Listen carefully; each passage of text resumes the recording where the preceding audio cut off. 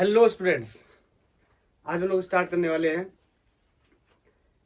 Class 11 का बिल्कुल सबसे पहला topic, that is unit measurement and dimension.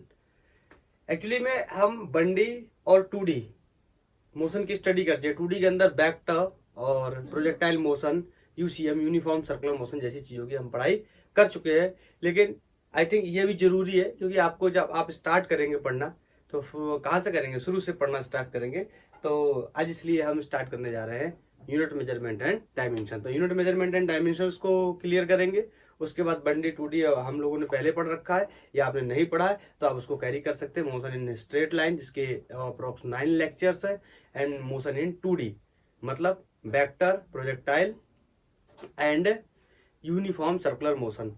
Vector के अप्रोक्स 8 लेक्चर्स है, and what about the projectile motion has only 2 lectures, and UCM uniform circular motion also has only 2 lecture। One conceptual lectures है दोनों के और एक question based lecture है।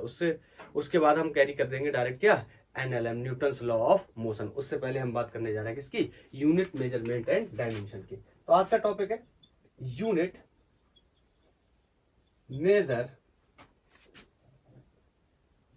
Measurement and dimensions. नाम से क्लियर है। एक एक चीजों की बात करेंगे, जैसे पहले यूनिट्स की बात करेंगे, फिर मेजरमेंट्स क्या होते हैं उनकी बात करेंगे, और फिर क्या करेंगे, डायमेंशंस की बात करेंगे। ठीक है, या मेजरमेंट्स में भी यूनिट और मेजरमेंट्स का साथ में बात करेंगे और डायमेंशंस को अलग से डिस्कस करेंगे। क्या होते हैं, सबसे पहले देखते हैं क्या है मेजरमेंट की जरूरत क्यों पड़ी। सबसे पहली बात है कि मेजरमेंट की जरूरत क्यों पड़ी। देखो, हम लोग साइंस पढ़ रहे हैं, विज्ञान पढ़ रहे हैं, फिजिक्स पढ़ रहे हैं, तो ज्यादा बेहतर होगा कि हम किसी भी चीज का एक्यूरेट डेटा दे पाए। एक्यूरेट डेटा देने का मतलब क्या है कि किसी चीज को आप वेल डिफाइंड शेप में या वेल डिफाइंड स्ट्रक्चर में एक्सप्लेन कर पाए। और आप वेल डिफाइंड स्ट्रक्चर में तभी एक्सप्लेन कर पाएंगे जब आपको उसके क्या पता होगा, आप उसका मेजरमेंट भी कर पाएंगे। आपने बताया जैसे किसी की लंबाई है, कुछ भी है, कोई समथिंग लेंथ है उसकी कुछ, तो आपने पूरा एग्जैक्ट बताया कि 5.1 मीटर लॉन्ग है। इसका मतलब आप उसका क्या बता रहे हैं, आप 5.1 मीटर मैग्नीट्यूड भी बिल्कुल अच्छे से बता रहे हो, क्या करके, नाप करके, मेजरमेंट कर करके, और उसके साथ में उसका यूनिट भी ऐड कर रहे हो। क्या, मीटर। क्यों मीटर ही ऐड कर रहे हैं, क्यों सेंटीमीटर यूज नहीं कर रहे हैं, क्यों और यूनिट्स का यूज नहीं कर रहे, आगे हम डिस्कस करने वाले हैं। तो सबसे पहली बात है कि जरूरत क्यों हुई, तो हम कहेंगे जरूरत क्यों हुई, तो हम कहेंगे सब हमें क्या, किसी को अगर वेल डिफाइंड स्ट्रक्चर में एक्सप्लेन करना है तो हम क्या करेंगे, हमें मेजरमेंट की आवश्यकता होती है या हमें मेजरमेंट करना चाहिए। ठीक है, और विलियम फ्रैंकलिन ये बात कहते हैं कि अगर कोई युवा है, कोई अगर यंग वन है, तो अगर उसको फिजिक्स में अपने कोर्स में सबसे पहले कुछ करना चाहिए तो सबसे पहले उसे मेजरमेंट की आवश्यकता होनी चाहिए। तो इस वजह से हम यहाँ पे क्या करने जा रहे हैं, सबसे पहले मेजरमेंट यूनिट्स की बात करने जा रहे हैं। ठीक है, तो सबसे पहले क्या होता है यूनिट, इसके बारे में बात करते हैं। या क्या होते हैं क्वांटिटी, सबसे पहले क्या होती है क्वांटिटी, क्वांटिटीज क्या होती है, या इनको पूरा लिखें तो फिजिकल क्वांटिटीज क्या होती है। फिजिकल क्वांटिटीज क्या होती है, ऐसी क्वांटिटी जिन्हें हम फिजिक्स या उसके टर्म्स में आसानी से नाप सके, मेजर कर सके, उनके बारे में इंफॉर्मेशन दे सके, तो ऐसी क्वांटिटी को हम फिजिकल क्वांटिटीज के नाम से जानते हैं। तो अगर इसका डेफिनेशन कर दें तो ऑल दोज क्वांटिटीज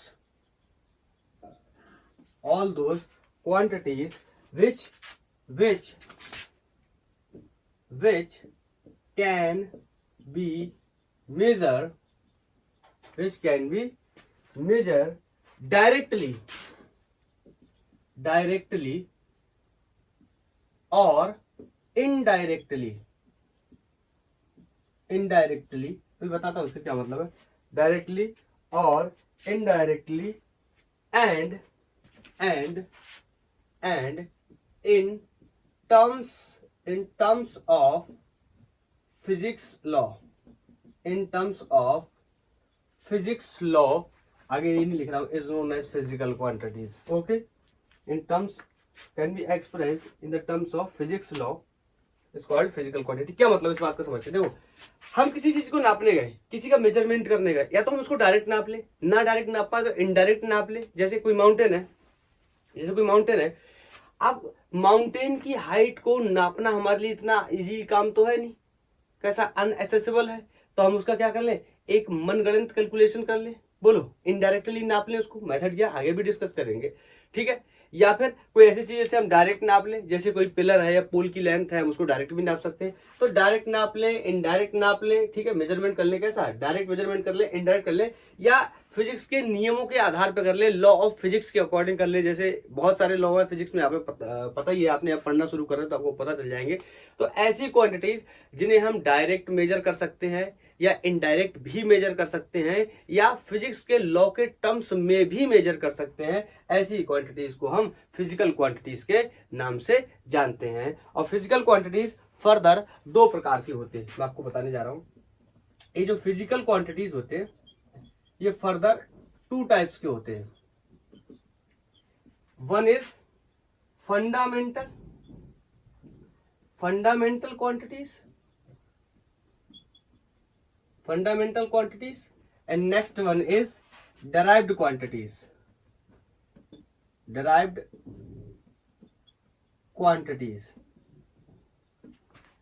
क्या होते हैं फंडामेंटल क्वांटिटीज या डिराइव्ड क्वांटिटीज। और क्या होते हैं फंडामेंटल क्वांटिटीज? जैसे फंडामेंटल क्वांटिटीज वो होते हैं जो इंडिपेंडेंट हों, किसी और के साथ मेजरमेंट में रोल प्ले ना करें।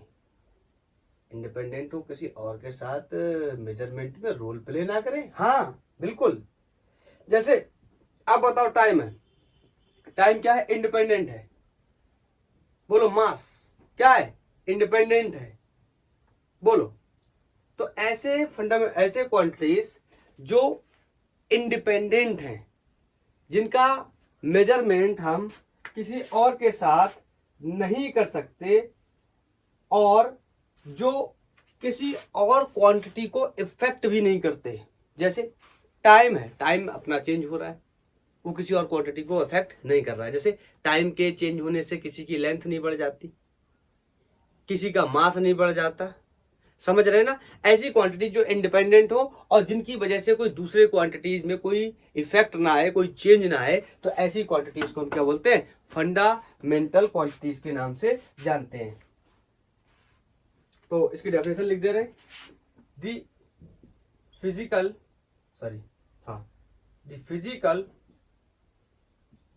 quantities which are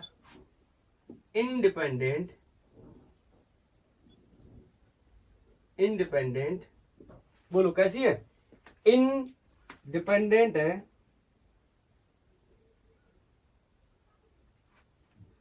independent of other physical quantities, जो किसी भी दूसरी फिजिकल क्वांटिटी से कैसी है? इंडिपेंडेंट है। बोलो। और ये किसी और फिजिकल क्वांटिटी को अफेक्ट भी नहीं करते, और ये किसी और फिजिकल क्वांटिटी को अफेक्ट भी नहीं करते। बोलो। एंड not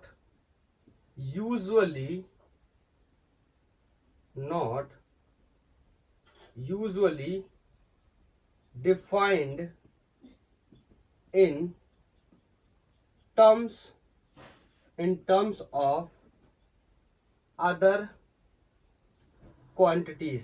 इसका मतलब क्या? ये भी बता रहा हूं।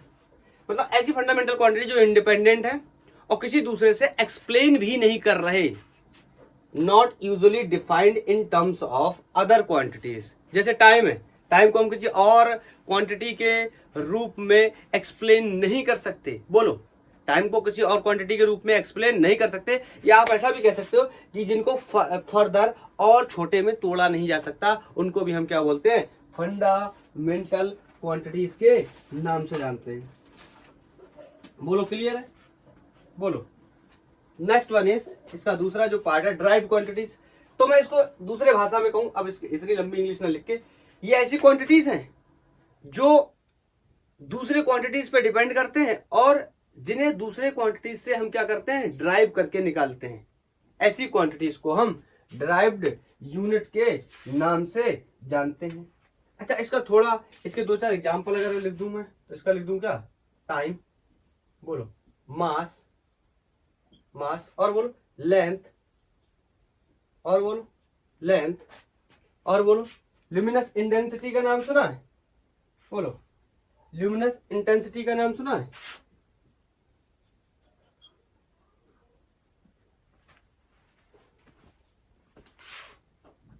ल्यूमिनस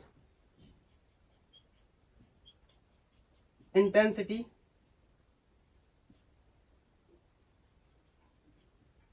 ल्यूमिनस इंटेंसिटी, और बताओ, और बताओ, और बताओ।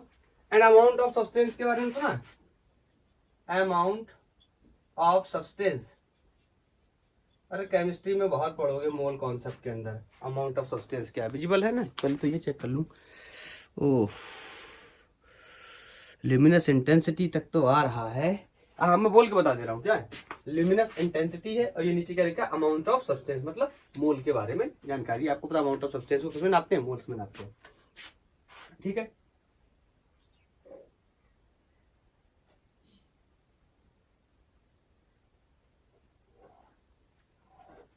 इसको क्या लिखूं? ड्राइव यूनिट्स के बारे में मैंने आपको पहले बताया, इनका नाम से ही क्लियर। ड्राइव यूनिट्स ऐसी यूनिट जो किसी दूसरे से ड्राइव की जाती है। सॉरी यूनिट नहीं, सॉरी क्वांटिटीज के बारे में बात कर रहे हैं। ऐसे क्वांटिटीज जो किसी और फिजिकल क्वांटिटी से ड्राइव किए जाते हैं, मतलब the quantities which derived from other physical quantities are called derived quantities। या आप इसको एक तरीके से और भी बोल सकते हो, पता क्या, कि फंडामेंटल क्वांटिटीज को छोड़ के जो भी बचा वो क्या है? Drive quantities. अरे दो ही प्रकार की तो क्वांटिटी है, कौन सी? ड्राइव्ड और फंडामेंटल।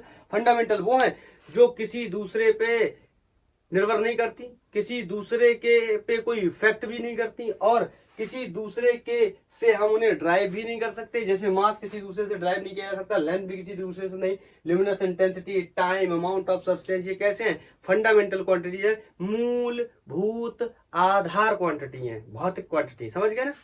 क्लियर। और ड्राइव यूनिट ऐसी यूनिट जिन्हें हम जनरली क्या करेंगे? दूसरों से ड्राइव करेंगे, या क्या इसको ऐसे भी बोल सकते हैं कि जिनको जनरली दूसरों से ड्राइव करेंगे, या फिर other than the fundamental quantities rest quantities are derived quantities. इसके एग्जांपल बहुत सारे हो सकते हैं। आप कोई भी एग्जांपल लिख लो जो भी आपने पढ़ाई करी है फिजिक्स में। जैसे अभी हम लोग क्या पढ़ के आए, मान लो मोशन इन बंडी 2D पढ़ गया, तो बताओ वेलोसिटी है, एक्सेलरेशन है, बोलो वेलोसिटी है, एक्सेलरेशन है, फोर्स है, मोमेंटम है, बोलो। तो ऐसे बहुत सारी क्वांटिटीज है जो ये हम कहते हैं। बाकी रेस्ट फिजिक्स में जितनी बची हुई क्वांटिटी है जो फंडामेंटल के अदर देन है, तो उनको हम क्या बोलते हैं? डिराइव्ड क्वांटिटीज बोलते हैं। क्लियर? आई थिंक क्लियर है। ये देखो, ये बहुत ही बेसिक चीजें हैं। जनरली ये सब कोई पढ़ाता भी नहीं है, बताता भी नहीं है, लेकिन हम लोग स्टार्ट कर रहे हैं। तो स्टार्ट कर रहे हैं, इसका मतलब क्या है? बेसिक से ही स्टार्ट करते हैं। आप अगर आप मेरे से लेक्चर पहले से देखते हैं या पढ़ते हैं तो आपको पता होगा कि हम लोग बेसिक से ही स्टार्ट करते हैं। है तो इसमें बहुत कुछ, लेकिन मैं बहुत ज़्यादा तो नहीं बताऊंगा, लेकिन इतना बताऊंगा जो जनरली आपके स्कूल वगैरह में या आपसे कहीं कोई पूछे तो आप उसको आंसर कर पाए, ठीक है। Measuring process, next thing is measuring process. Measuring process मतलब हम कैसे मेजर करते हैं, जैसे मैं आपसे एग्जांपल बोलूं, मैं कहूं एक रूम है जिसकी लेंथ 5 मीटर है, लेट्स से 5 मीटर। 50 मीटर तो बहुत ज्यादा हो जाएगी, बहुत बड़ा रूम हो जाएगा, हॉल बन जाएगा। 5 देखो फिर से 5 मीटर है, ठीक है। लेट्स से कोई रूम है जिसकी लेंथ क्या है? 5 मीटर है, और मैं 5 मीटर को आपको पता क्या लिख सकता हूँ? 500 सेंटीमीटर भी लिख सकता हूँ। अब ये मत कहना आपने ये बताया नहीं कैसे कन्वर्ट होगा। देखो ये बताने वाली बात नहीं है, ये क्लास 9 से पढ़ते हम चले आ रहे हैं, तो ये आपको पता होना चाहिए कि मीटर से सेंटीमीटर में भी कन्वर्ट कर सकते हैं, ठीक है। ओके, हाँ, हम मुद्दे की बात करते हैं। नहीं पता तो आगे चल के इसके बारे में भी डिस्कस करेंगे। हाँ, अब ध्यान से देखो आप, ये 5 मीटर था, ये क्या हो गया? 500 हो गया। ये यूनिट मीटर है, ये यूनिट क्या? सेंटीमीटर। देखो यूनिट क्या होगा, बड़े से छोटा होगा। बोलो यूनिट क्या होगा, बड़े से छोटा। सेंटीमीटर ऑफ कोर्स छोटा होता है और मीटर क्या होता है, बड़ा होता है। तो यूनिट बड़े से छोटा हुआ तो उसके आगे जो न्यूमेरिकल वैल्यू है, जो नंबर है, वो क्या क्या कर गया, अचानक से सडनली क्या कर गया, इंक्रीज कर गया। इसका मतलब मैं एक बात कह सकता हूं, बोलो इसका मतलब एक बात कह सकता हूं मैं, फॉर स्मॉलर यूनिट्स, बोलो smaller units the numerical value will be greater। अरे बोलो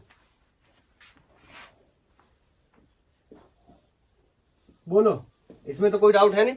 अरे आप किसी का भी कर लो, लेंथ का कर लो, मास का कर लो, आप ऐसे समझ लो। अगर नहीं समझ आ रहा है तो कोई 1 kg मास है तो बताओ इसको मैं क्या लिख सकता हूँ, 1000 ग्राम भी लिख सकता हूँ। तो मैंने यही लिखा है, for smaller units the numerical value will be greater. यहां से एग्जांपल के साथ भी बात करिए। इसका मतलब मैं आपसे यहां एक बात कह सकता हूं, बताओ क्या कह सकता हूं, कि जो न्यूमेरिकल वैल्यू है वो यूनिट्स के क्या है, इनवर्सली प्रोपोर्शनल है। अरे नहीं समझ में आ रहा है, जो न्यूमेरिकल वैल्यू है वो यूनिट्स के क्या है, इनवर्सली प्रोपोर्शनल है। बोलो मैं कह सकता हूं the numerical value is inversely proportional to size of unit।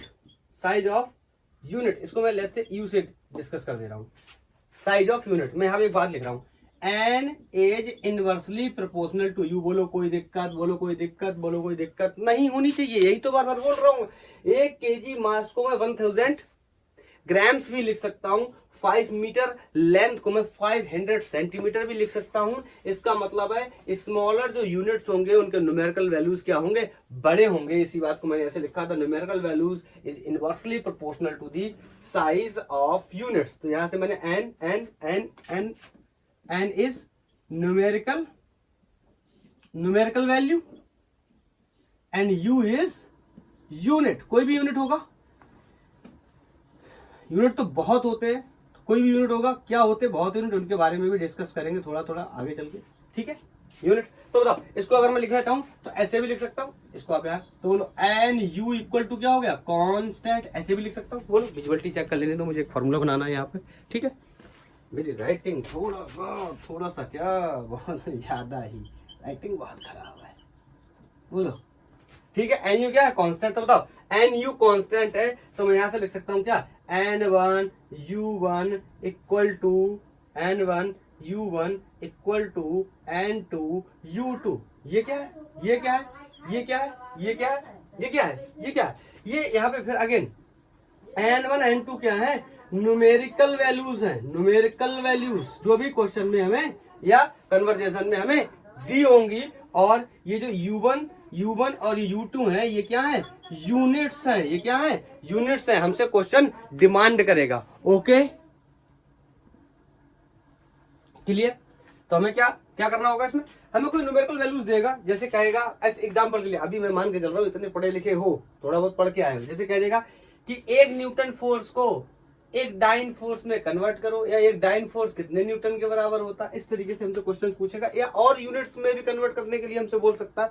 तो उनके बारे में हम आगे चल के बात करेंगे। तो पहले तो हमने क्या पढ़ा है, अभी तो हम क्वांटिटीज के बारे में पढ़ रहे हैं। बोलो, और यहाँ पर थोड़ा सा यूनिट्स के बारे में देख लेते हैं, तब हम इसको आगे चल के क्या करेंगे, कन्वर्ट करेंगे। तो मैं इसको हटा रहा हूँ, ठीक है। कन्वर्ट कैसे करना है, अभी ये यूनिट्स मैंने लिख दिया, लेकिन अभी एक्चुअली हम यूनिट्स के बारे में जानते नहीं कि क्या है यूनिट्स। आप जानते हो वो अलग बात है, हम पढ़ रहे हैं तो हमें नहीं पता अभी यूनिट्स क्या है। अब हम क्या नेक्स्ट क्या सीखेंगे कि फिजिकल यूनिट्स क्या होते हैं, कितने टाइप के यूनिट्स होते हैं, ठीक है। जैसे ये था क्या, ड्राइव्ड यूनिट्स थे, फंडामेंटल यूनिट्स थे। फिर उसके बाद इस फॉर्मूले को दोबारा से समझेंगे, या इसी को यहाँ हमने समझ लिया, यहाँ पर लिख दिया मैंने बाई चांस यूनिट्स लिख दिया। वैसे लिखना नहीं चाहिए था यूनिट्स अभी, क्यों, क्योंकि अभी हमने यूनिट्स के बारे में डिस्कस किया नहीं। लेकिन हम इतने भोले तो है नहीं कि हम जानते ही नहीं है यूनिट्स क्या है, ठीक है, इसलिए लिखा हुआ है और लिखा रहने दो।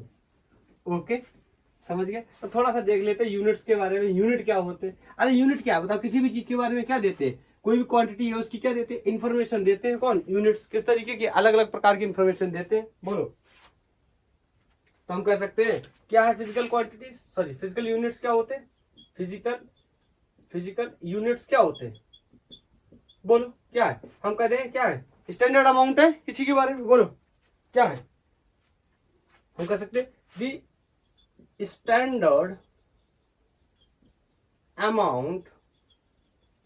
Standard amount of the physical quantities. अभी तो पढ़ के आए ना फिजिकल क्वांटिटीज। उन फिजिकल क्वांटिटीज का कोई क्या है, स्टैंडर्ड अमाउंट। कोई स्टैंडर्ड अमाउंट है जिसको हम क्या कर रहे हैं, चूज कर रहे हैं, chosen to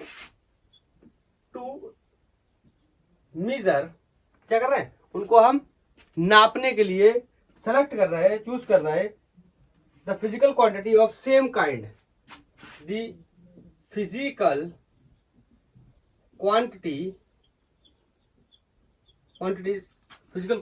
quantity of same type, physical quantity of same type, same type का सेम काइंड लिखने तो ज्यादा अच्छा रहेगा। Same kind is called physical, लिख दे रहा हूं इज कॉल्ड आज तो, फिजिकल यूनिट्स।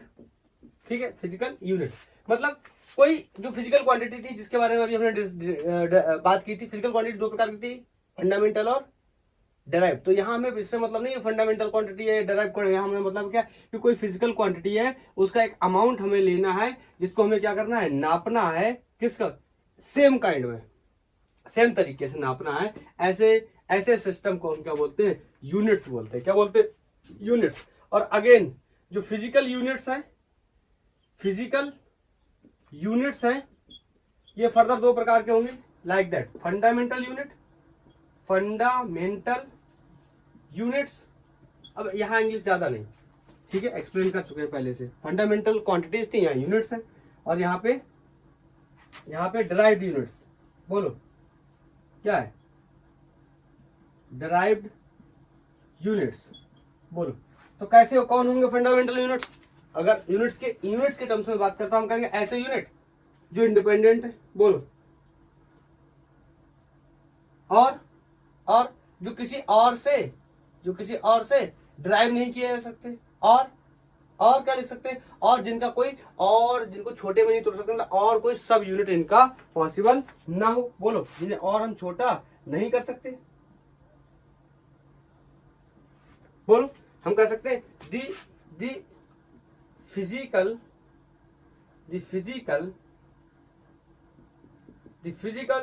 यूनिट्स, बोलो, which neither be बोलो क्या, neither be derived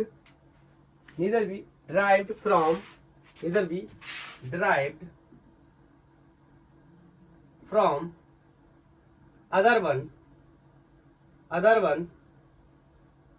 मतलब यूनिट्स, अदर वन यूनिट। और बताओ, जिसे किसी दूसरे से ड्राइव न किया जा सके। और क्या लिख सकते हैं हम इसके बारे में, बताओ, और क्या लिख सकते हैं, बोलो। एंड दे, क्या, नीदर बी और नॉर भी लगाना है, एंड नहीं, एंड नॉर क्या कर सकते हैं, बोलो। एंड नॉर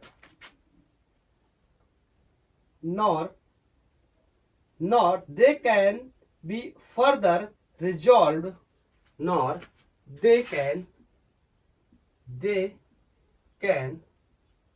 further resolve किसमें, और किसी यूनिट्स में, resolve into more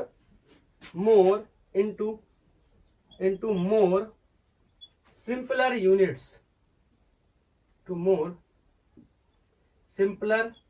units, आई थिंक क्लियर होगी ये बात। इनटू मोर सिंपलर यूनिट्स, बोलो ऐसी यूनिट्स जो ना तो किसी से ड्राइव की जा सके और जिन्हें और छोटा तोड़ा ना जा सके, मतलब जिसको और सिंपल ना किया जा सके, ऐसी ऐसी यूनिट्स को हम क्या बोलते हैं? ऐसी यूनिट्स को हम क्या बोलते हैं? Fundamental units. बोलो ऐसी यूनिट्स को हम क्या बोलते हैं? Fundamental units. बोलो अगर हम एग्जांपल लिखना चाहें तो क्या लिख सकते हैं? वही मास, मास एंड लेंथ। बताओ मैं आपसे कहूं 1 मीटर की लेंथ है, उसको और छोटा उसका और क्या बोल सकते हैं? तो आप कुछ भी नहीं बोल सकते, 1 मीटर की लेंथ बोलना पड़ेगा। मास 1 kg तो 1 kg बोलना पड़ेगा। क्यों? क्योंकि कैसे फंडामेंटल यूनिट्स है। मतलब मैं आपसे कहूं आप मास को एक्सप्लेन करके बताओ तो आप क्या कहोगे? किसी का मास 5 kg, तो आपने मास तो पहले ही बोल दिया। बोलो मैं कहूं लेंथ को एक्सप्लेन करके बताओ, लेंथ की डेफिनेशन लिख के दिखाओ तो आप क्या कहोगे? किसी की डिस्टेंस, डिस्टेंस भी क्या है? लेंथ। या किसी की लेंथ आपने पहले बोल दिया। मतलब फंडामेंटल यूनिट्स ऐसे यूनिट्स है जिनको ना तो किसी से ड्राइव किया जा सकता है और ना ही और रिजॉल्व करके स्मॉलर फॉर्म्स में कन्वर्ट किया जा सकता है, या अच्छे से कहें तो जिनका डेफिनेशन लिखना भी हमारे लिए क्या हो? एक बहुत ही चैलेंजिंग गेम हो। हाँ आपने मास का डेफिनेशन ऐसे भले ही पढ़ा होगा कि mass measured in the terms of inertia, आपने ये भले ही पढ़ा होगा, लेकिन ये इसीलिए क्या है? फंडामेंटल यूनिट्स है, क्योंकि किसी और से ड्राइव भी नहीं हो सकते और छोटे फॉर्म्स में रिजॉल्व नहीं कर सकते। ड्राइव यूनिट्स में मैं ज्यादा लिखने वाला नहीं, सीधा लिख दे रहा हूं other than the fundamental units, other than the fundamental units, other than the fundamental units, fundamental units, all units are derived units। बोलो all units are derived units। और derived units का मतलब क्या है? जिन्हें सिंपली हम किसी दूसरे यूनिट से क्या कर सके?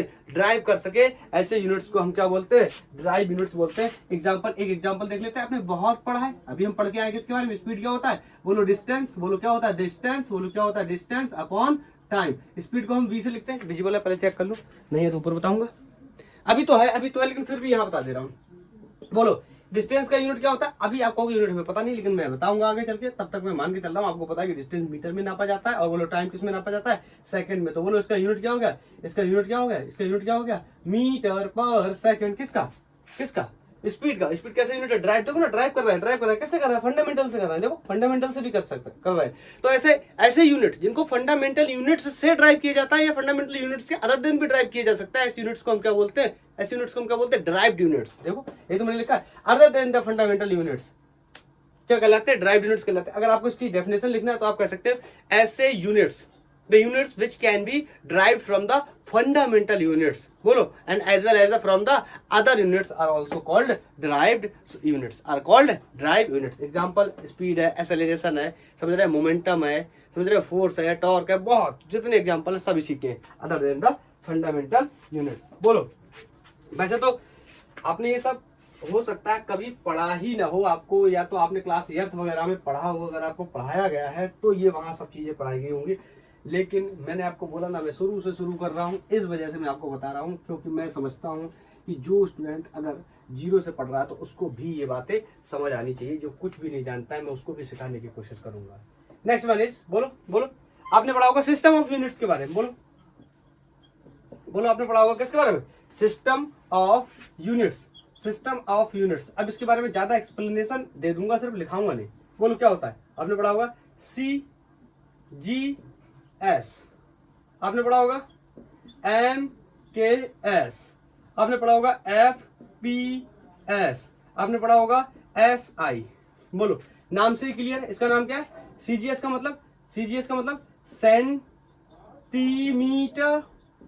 बोलो G माने ग्राम, अब बोलो C माने सेकंड।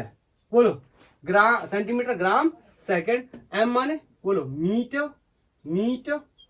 K माने किलोग्राम, बोलो किलोग्राम।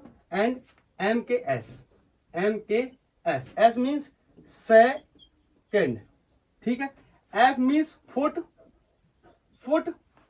P मीन्स पाउंड, बोलो S मीन्स सेकंड। बोलो इसका SI का मतलब होता है इंटरनेशनल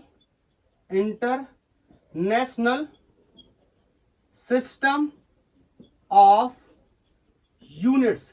ये बेसिकली हम 4 प्रकार के यूनिट सिस्टम ऑफ यूनिट्स के साथ डील करते हैं, जिसमें इंटरनेशनल सिस्टम ऑफ यूनिट्स को किसमें नापते हैं, एमकेएस में, मीटर, किलोग्राम और सेकंड में भी नापते हैं। ठीक है, तो क्या क्या समझ आया आपको इन सब चीजों से कि 4 प्रकार के यूनिट्स होते हैं और इन यूनिट्स के अंदर ही, सिस्टम ऑफ यूनिट्स के अंदर ही हम किसके बारे में बात करते हैं, बोलो, हम किसके बारे में बात करते हैं, सबको नापते हैं। जैसे हमें अगर मान लो मीटर को सॉरी लेंथ को नापना है, लेंथ को नापना है और हमारे पास 4 प्रकार के सिस्टम ऑफ यूनिट्स हैं। लेट्स से हमें सीजीएस में नापना है, तो लेंथ को सीजीएस में किससे नापेंगे, सेंटीमीटर से। मास को नापना है अगर हमें सीजीएस में तो ग्राम्स में नापेंगे। टाइम को नापना है तो सेकंड में। टाइम को सब में ही सेकंड्स में ही नापना है। ओके, तो टाइम की बात नहीं करने वाले। अगर हम कहें एक किसी की लंबाई, किसी की लेंथ 5 मीटर है, इसका मतलब उसे किस में नापा गया है, उसे एमकेएस में नापा गया या फिर एसआई यूनिट्स में नापा गया। एसआई यूनिट्स का ही मतलब आप समझ सकते हो एमकेएस, मीटर, किलोग्राम से, मीटर, किलोग्राम और सेकंड को ही हम क्या बोल सकते हैं, एसआई यूनिट्स। एसआई यूनिट्स का मतलब क्या है, इंटरनेशनल सिस्टम ऑफ यूनिट्स। ये जो 3 यूनिट्स है इसमें इसको इंटरनेशनल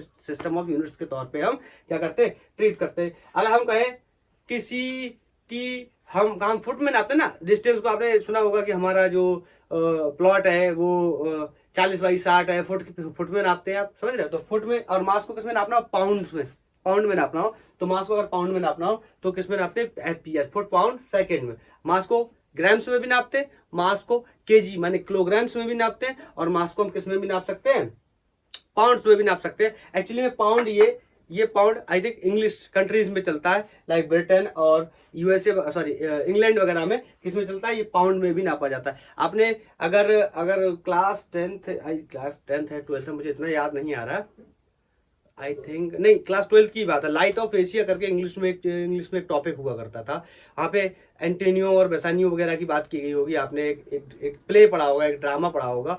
उस ड्रामा के अंदर किसी के हार्ट से क्या मांगता है, ऐसे मांगता है ना कुछ पाउंड मास, क्या मांगता है, मास मांगता है, मतलब उसका जो मीट होता है वो कहता है उसके हृदय से हमें निकालना है, कुछ ऐसे करके उसने पैसे से उधार लिए होते हैं ना, तो वहां पे किसमें नापते हैं, पाउंड्स में भी नापते हैं। आई थिंक क्लियर है, मैं ये सिर्फ एग्जांपल बताने के लिए था। हाँ, अब ये दोनों जो है ना, ये दोनों जो है ना, ये फ्रेंच में डिस्कवर किए गए थे। ये फ्रेंच में बनाए गए थे। ये फ्रेंच सिस्टम के नाम से भी जाने जाते हैं। और इसको, जैसे मैंने अभी आपको बताया ना, इसको ब्रिटिश सिस्टम बोलते हैं। बोलो, इसको क्या बोलते हैं, ब्रिटिश सिस्टम के नाम से भी हम जानते हैं। इसको हम ब्रिटिश सिस्टम बोलते हैं। इसको हम, नाम से क्लियर है, इंटरनेशनल सिस्टम ऑफ यूनिट्स। मतलब ये फ्रेंच में चलता है। कौन, सीजीएस और एमकेएस ये फ्रेंच में सेटअप किया गया है। और एफपीएस ये फुट पाउंड सिस्टम ये किस में चलता है, ब्रिटिश में चलता है। ये ब्रिटिश सरकार के अंदर आता है। ब्रिटिश सरकार के अंदर क्या मतलब कि ब्रिटिश जो देश है वहां पे आता है। और ऐसा ही system, international system of units, ये हर जगह अवेलेबल है, हर जगह लागू है। जैसे आपने केमिस्ट्री में पढ़ा होगा, आईयूपीएसी के बारे में पढ़ा होगा, बोलो, international pure and applied chemistry के बारे में आपने पढ़ा होगा। तो किसी कंपाउंड का नाम यहाँ कुछ और है, भारत में कुछ और है, और यूएसए में कुछ और है, फ्रेंच में कुछ और है, समझ रहे हो। तो अलग अलग नाम की वजह से कंफ्यूजन ना हो, तो उसके लिए क्या कर दिया गया, एक नाम बना के दिया गया। इसको हम किसके नाम से जानते हैं, इंटरनेशनल सिस्टम ऑफ यूनिट्स के नाम से जानते हैं, एसआई सिस्टम के नाम से जानते हैं, और वहां पे आईयूपीएसी के नाम से जानते थे। ठीक है, तो इंटरनेशनल सिस्टम ऑफ यूनिट्स में हम कहीं पर भी जो चीज मांगेंगे वही एक ही चीज मिलेगी। हो, अगर आपने 1 सेंटीमीटर मांग लिया तो ब्रिटिश में कोई जानता नहीं कि 1 सेंटीमीटर क्या होता है, वहां क्या जानते हैं, फुट जानते हैं, समझ रहे हो ना। हाँ, तो अगर किसी ने बोल दिया कि 1 ग्राम दे दो मास, तो भी नहीं जान पाएंगे ब्रिटिश के लोग, समझ रहे हो क्यों, क्योंकि वहां पे क्या चलता है, एफपीएस चलता है। फ्रांस में क्या चलता है, एमकेएस और सीजीएस चलता है। वहां किलोग्राम में भी नापते हैं, ग्राम में भी नापते हैं, सेंटीमीटर में भी नापते हैं, मीटर्स में भी नापते हैं, समझ रहे। और हम किस में नापते हैं हम इंडियंस, हम सब कुछ नाप देंगे। ओके, तो हम एसआई सिस्टम के हिसाब से काम करने वाले। तो ये 3 प्रकार के सिस्टम थे, आई थिंक आपको पता होगा। और इनके बेसिक यूनिट और सिंबल्स के बारे में मैं आपको बता दे रहा हूँ। एसआई यूनिट के आधार पे बेसिक यूनिट और सिंबल्स के बारे में आपको बता दे रहा हूँ। आपने पढ़ा भी होगा, इतनी जानकारी आपको पहले से होगी भी, लेकिन मैं फिर भी बता दे रहा हूँ कि एसआई सिस्टम, लाइट, वेट करते हैं बस 1 सेकेंड, तो देख लेते हैं क्या करेंगे हम। बेसिक फिजिकल यूनिट्स, बोलो, बेसिक फिजिकल यूनिट्स देख लेते हैं। और उनको किससे क्या करेंगे, उनके यूनिट्स क्या बोलते हैं, उसके बेसिक यूनिट लिख लेते हैं, क्या होते हैं, बेसिक फिजिकल क्वांटिटी लिखना चाहिए, बेसिक फिजिकल क्वांटिटी, ये बेसिक फिजिकल क्वांटिटीज, यहाँ पे बेसिक यूनिट्स, अरे कुछ नया नहीं है, सब आप पहले से जानते हो। और सिंबल किससे रिप्रेजेंट करते हैं तो बताओ। जैसे अगर मैं ले लूं क्या, अगर मैं क्या ले लूं, लेंथ, क्या आपको नहीं पता, क्या आपको नहीं पता, अगर मैं ले लूं लेंथ, लेंथ किसमें नापते हैं, बोलो किसमें नापते हैं, मीटर्स में। ये किसकी है, ये मैंने ये जो टेबल बना रहा हूँ किसके लिए है, एसआई यूनिट्स के लिए है। आप ध्यान से थोड़ा सा मेंशन कर लेना, एसआई यूनिट्स के लिए। तो एसआई यूनिट्स में लेंथ को किसमें नापते हैं, मीटर्स में, और सिंबल रिप्रेजेंट करते हैं स्मॉल एम से। बोलो ऐसे लेंथ हो गया, टाइम हो गया, बोलो मास हो गया, बोलो बोलो मास, मास को बोलो, मास को बोलो, मास को किलोग्राम्स में, किलोग्राम्स में, और रिप्रेजेंट करते हैं किससे, केजी से, रिप्रेजेंट करते हैं किससे, केजी से। ऐसे ही टाइम को बोलो किसमें, सेकंड्स में, और रिप्रेजेंट करते हैं किससे, बोलो एस से। बोलो किसको, टेम्परेचर, टेम्परेचर को नापते हैं केल्विन में, केल्विन में। हाँ आप नापते डिग्री सेंटीग्रेड में भी हैं, समझ रहे हैं, लेकिन जो एसआई यूनिट्स हैं वो क्या है, उनके बारे में हम बात कर रहे हैं। नापते किसमें, केल्विन में, केल्विन में नापते किसको, टेम्परेचर को एसआई यूनिट के नापते केल्विन में, और रिप्रेजेंट करते हैं कैपिटल के साथ। बोलो इलेक्ट्रिक करंट, इलेक्ट्रिक करंट पढ़ के आए हो क्लास 10th में, किससे नापते हैं, एम्पियर्स में, एम्पियर में, रिप्रेजेंट करते हैं कैपिटल ए से। बोलो ल्यूमिनस इंटेंसिटी, ल्यूमिनस इंटेंसिटी,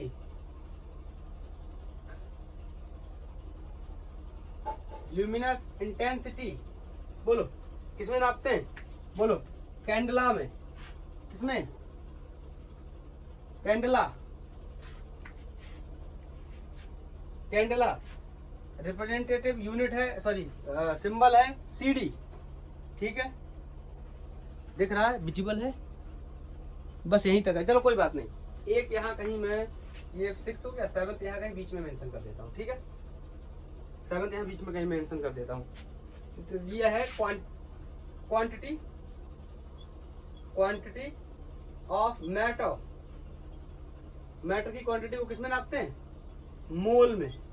आप केमिस्ट्री में पढ़ेंगे मोल कॉन्सेप्ट के अंदर, किसमें नापते हैं, मोल में, और रिप्रेजेंट भी करते हैं किससे, मोल से, ठीक है। तो ये आप नोट कर लो। दो चीजें मुझे और बतानी है, मैं यहाँ ऊपर बता दे रहा हूँ, बोलो हटाओ, चलो हटाता हूँ।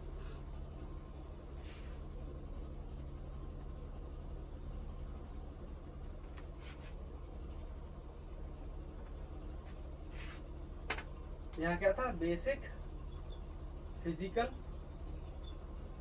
क्वांटिटीज, इसको आप अलग से बनाना, फिर से इसका टेबल अलग से बनाना। इसमें मुझे सिर्फ दो चीजों के बारे में बताना है, और दोनों क्या है, दोनों क्या है, एंगल्स के बारे में मुझे बताना है, दोनों एंगल्स के बारे में बताना है। एक होता है प्लेन एंगल, प्लेन एंगल, ठीक है, किसमें नापते हैं, रेडियंस में, रेडियंस में, और रिप्रेजेंटेशन सिंबल क्या होता है, RAD, कुछ ऐसे रिप्रेजेंट करते हैं। दूसरा होता है, दूसरा क्या होता है, सॉलिड एंगल, दूसरा क्या होता है, सॉलिड एंगल, और सॉलिड एंगल को नापते हैं स्टेरेडियंस में, किसमें, स्टेरेडियंस में, स्टेरेडियंस में, और रिप्रेजेंटेटिव जो सिंबल है दैट इज SR। क्या बताने की कोशिश कर रहा हूं मैं आपको आगे चल के मैं बताऊंगा। ये जो एंगल होता है ना, इसका कोई इसका यूनिट नहीं होता एंगल, आपको क्या पता है, चलो अच्छा थोड़ा सा बताता हूँ। ये नोट कर लिया, बताता हूँ दो चीजें, ठीक है, ये नोट कर लिया, यही पे हटा के इसी के बारे में ही तो बता देता हूँ। अब ये सब हटा देता हूँ। एंगल क्या होता है, एंगल बेसिकली क्या होता है, एंगल या प्लेन एंगल, इसको प्लेन एंगल या एंगल एक ही चीज है। इसको हम क्या बोलते हैं, आर्क अपॉन रेडियस। इसका मतलब जैसे मान लो कोई पार्टिकल यहां से चला और यहां तक गया, तो ये कोई एंगल बना होगा, ये कोई डिस्प्लेसमेंट कवर किया होगा। लेट्स से ये सर्कल है, इसका रेडियस क्या है, आर है। तो यहाँ से एंगल या प्लेन एंगल की वैल्यू कितनी होगी, एंगल या प्लेन एंगल की वैल्यू कितनी, आर क्या हो गया, डेल्टा एस। बोलो आर का क्या हो गया, डेल्टा एस, और आर क्या हो गया, रेडियस क्या हो गया, आर। बताओ डेल्टा एस को भी मीटर में नापेंगे ऐसा यूनिट्स के हिसाब से, क्या है, एक प्रकार का डिस्टेंस या डिस्प्लेसमेंट है। और आर भी क्या है, एक प्रकार से लेंथ है, तो मीटर अपॉन मीटर, इससे कट गया। इसका मतलब एंगल का यूनिट क्या होता है, नहीं होता है। और डायमेंशन भी, जिसका यूनिट नहीं उसका डायमेंशन भी नहीं, आगे तक ये बात पता चलेगी, उसका डायमेंशन भी नहीं। लेकिन एंगल को स्पेशली डिजाइन दो अलग तरीके से और भी नापते, ड्राइव यूनिट तो नहीं है, लेकिन इसके लिए दो और तरीके के जो यूनिट्स है वो डिसाइड किए गए। तो जो प्लेन एंगल्स है यहाँ यूनिट ना करके मुझे यहाँ पे अब लिख देना चाहिए कि जो ड्राइव यूनिट तो नहीं था, लेकिन हम इसको वैसे किस में नापते हैं, रेडियंस में नापते हैं। समझ गए, किसको, प्लेन एंगल को किस में नापते हैं, रेडियंस में नापते हैं। नेक्स्ट वन इज, ये नोट कर लो, next one is solid angle.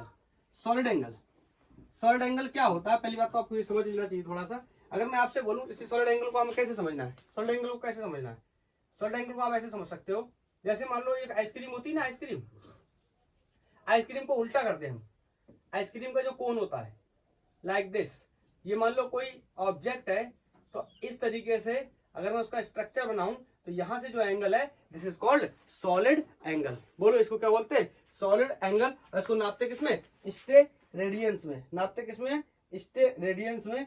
और इसको हम सॉलिड एंगल को हम सॉलिड एंगल का जो डिराइव डेफिनेशन होता है, इसको हम क्या लिख सकते हैं, सरफेस एरिया। बोलो क्या लिख सकते हैं, सरफेस एरिया। इसका मतलब समझे, कौन सा सरफेस है, ये मैंने बताया ना, ये जो कोन है, ये आइसक्रीम जैसे जो कोन है, मान लो ये कोई ऑब्जेक्ट है, ठीक है, ये ऑब्जेक्ट है, इसका मुझे क्या निकालना है, सॉलिड एंगल निकालना है। तो इससे मैं क्या करता हूँ ना, ये कोन लाइक स्ट्रक्चर ऐसे करके ड्रॉ करता हूँ, इस तरीके से कोन लाइक स्ट्रक्चर ड्रॉ करता हूँ। ये क्या बनेगा, आइसक्रीम। तो आइसक्रीम का जो यहाँ पे ये नॉब है, यहाँ से जो एंगल बना है ना, ये थीटा, इसी को हम क्या बोलते हैं, सॉलिड एंगल। दो प्रकार के एंगल होते हैं, प्लेन एंगल और सॉलिड एंगल। प्लेन एंगल के बारे में मैंने अभी एक्सप्लेन किया।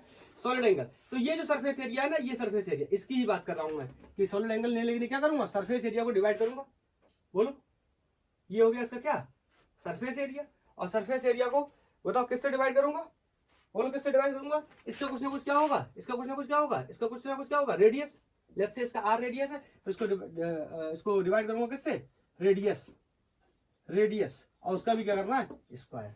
ठीक है, उसका भी क्या करना है, स्क्वायर। तो आप समझ गए, इसका यूनिट क्या होगा, यूनिट क्या, अब ये मत कहते हैं नो यूनिट, ड्राइव यूनिट नहीं है, वो बात सही है, एंगल का ड्राइव यूनिट नहीं, लेकिन इसके दो डिजाइन यूनिट है, जिनके बारे एक बार मैंने बताया क्या, रेडियंस कब, जब प्लेन एंगल होता है, सॉलिड एंगल है तो स्टे, बोलो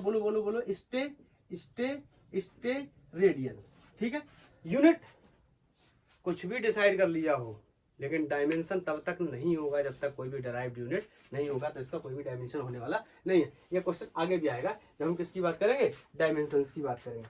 तो आई थिंक इतनी बात क्लियर है, बोलो इतनी बात क्लियर है। और हम कुछ यूनिट्स की बात कर लेते हैं, ये बहुत ही कॉमन चीजें आपने पढ़ा होगा। जैसे आपने पढ़ा होगा आपको एक एंगस्ट्रॉम कितना होता है, एक माइक्रोमीटर कितना होता है, एक नैनोमीटर कितना होता है ना, ये सब चीजें आपने पढ़ी होंगी। तो उन्हीं के बारे में बात करने जा रहे हैं। तो हम कहते हैं सम प्रैक्टिकल यूनिट्स।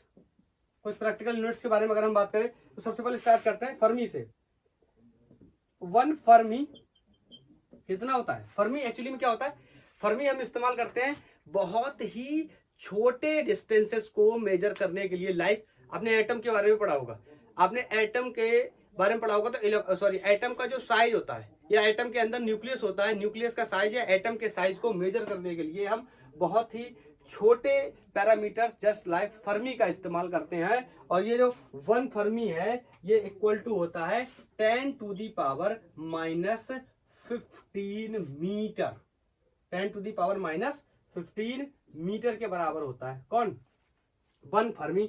तो ये किस लिए इस्तेमाल किया जाता है? बहुत ही छोटे डिस्टेंस, ऑर्डर देखो ना आप, ऑर्डर 10⁻⁻15 का मतलब समझे 0.0 कितने बार? 14 बार, फिर कितना आएगा 1। तो समझ रहा है कितनी छोटी डिस्टेंसेस को मेजर करने के लिए इसका हम यूज कर सकते हैं। बोलो बोलो नेक्स्ट वन इज एंगस्ट्रॉम। बोलो एंगस्ट्रॉम, एंगस्ट्रॉम इसको हम रिप्रेजेंट करते हैं, इसको रिप्रेजेंटेशन मैंने नहीं लिखा, रिप्रेजेंटेशन FM से करते हैं फर्मी का, एंगस्ट्रॉम का A से करते हैं, A degree just like that, ठीक है, A से करते हैं। तो एक एंगस्ट्रॉम जो होता है वो 10⁻10 मीटर के बराबर होता है। ये भी काफी छोटी डिस्टेंसेस को यूज करने के लिए, बोलो काफी छोटी डिस्टेंसेस को नापने के लिए यूज किया जाता है। बोलो ये भी काफी छोटी डिस्टेंसेस को नापने के लिए यूज किया जाता है। और इसका सबसे अच्छा इस्तेमाल जो है ना, यूज टू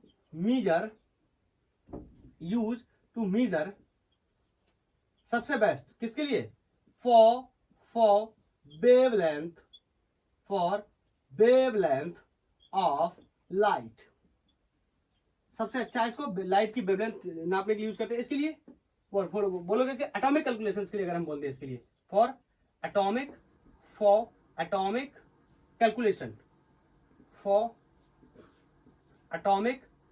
कैलकुलेशन, ये सबसे बेस्ट है एटॉमिक कैलकुलेशन के लिए।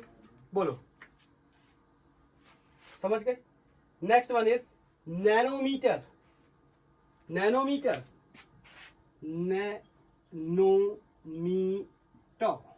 बोलो रिप्रेजेंट करते हैं एनम से, और 1 नैनोमीटर इज इक्वल टू 10⁻, बोलो 10⁻⁻9 मीटर। और इसका भी यूज करते हैं किसके लिए? वेवलेंथ नापने के लिए। इसका भी यूज करते हैं किसके लिए? वेवलेंथ नापने के लिए। Next one is 1 micron. बोलो 1 माइक्रोन, 1 माइक्रोन। इसको भी हम क्या कर सकते हैं? यूज कर सकते हैं किसके लिए? डिस्टेंसेस, बहुत छोटी डिस्टेंसेस को नापने के लिए। इसको हम बहुत ही छोटे डिस्टेंसेस नापने के लिए यूज कर सकते हैं, या इसको 1 माइक्रोमीटर के नाम से भी जानते हैं। इसका वैल्यू होती है 10⁻⁻6 मीटर।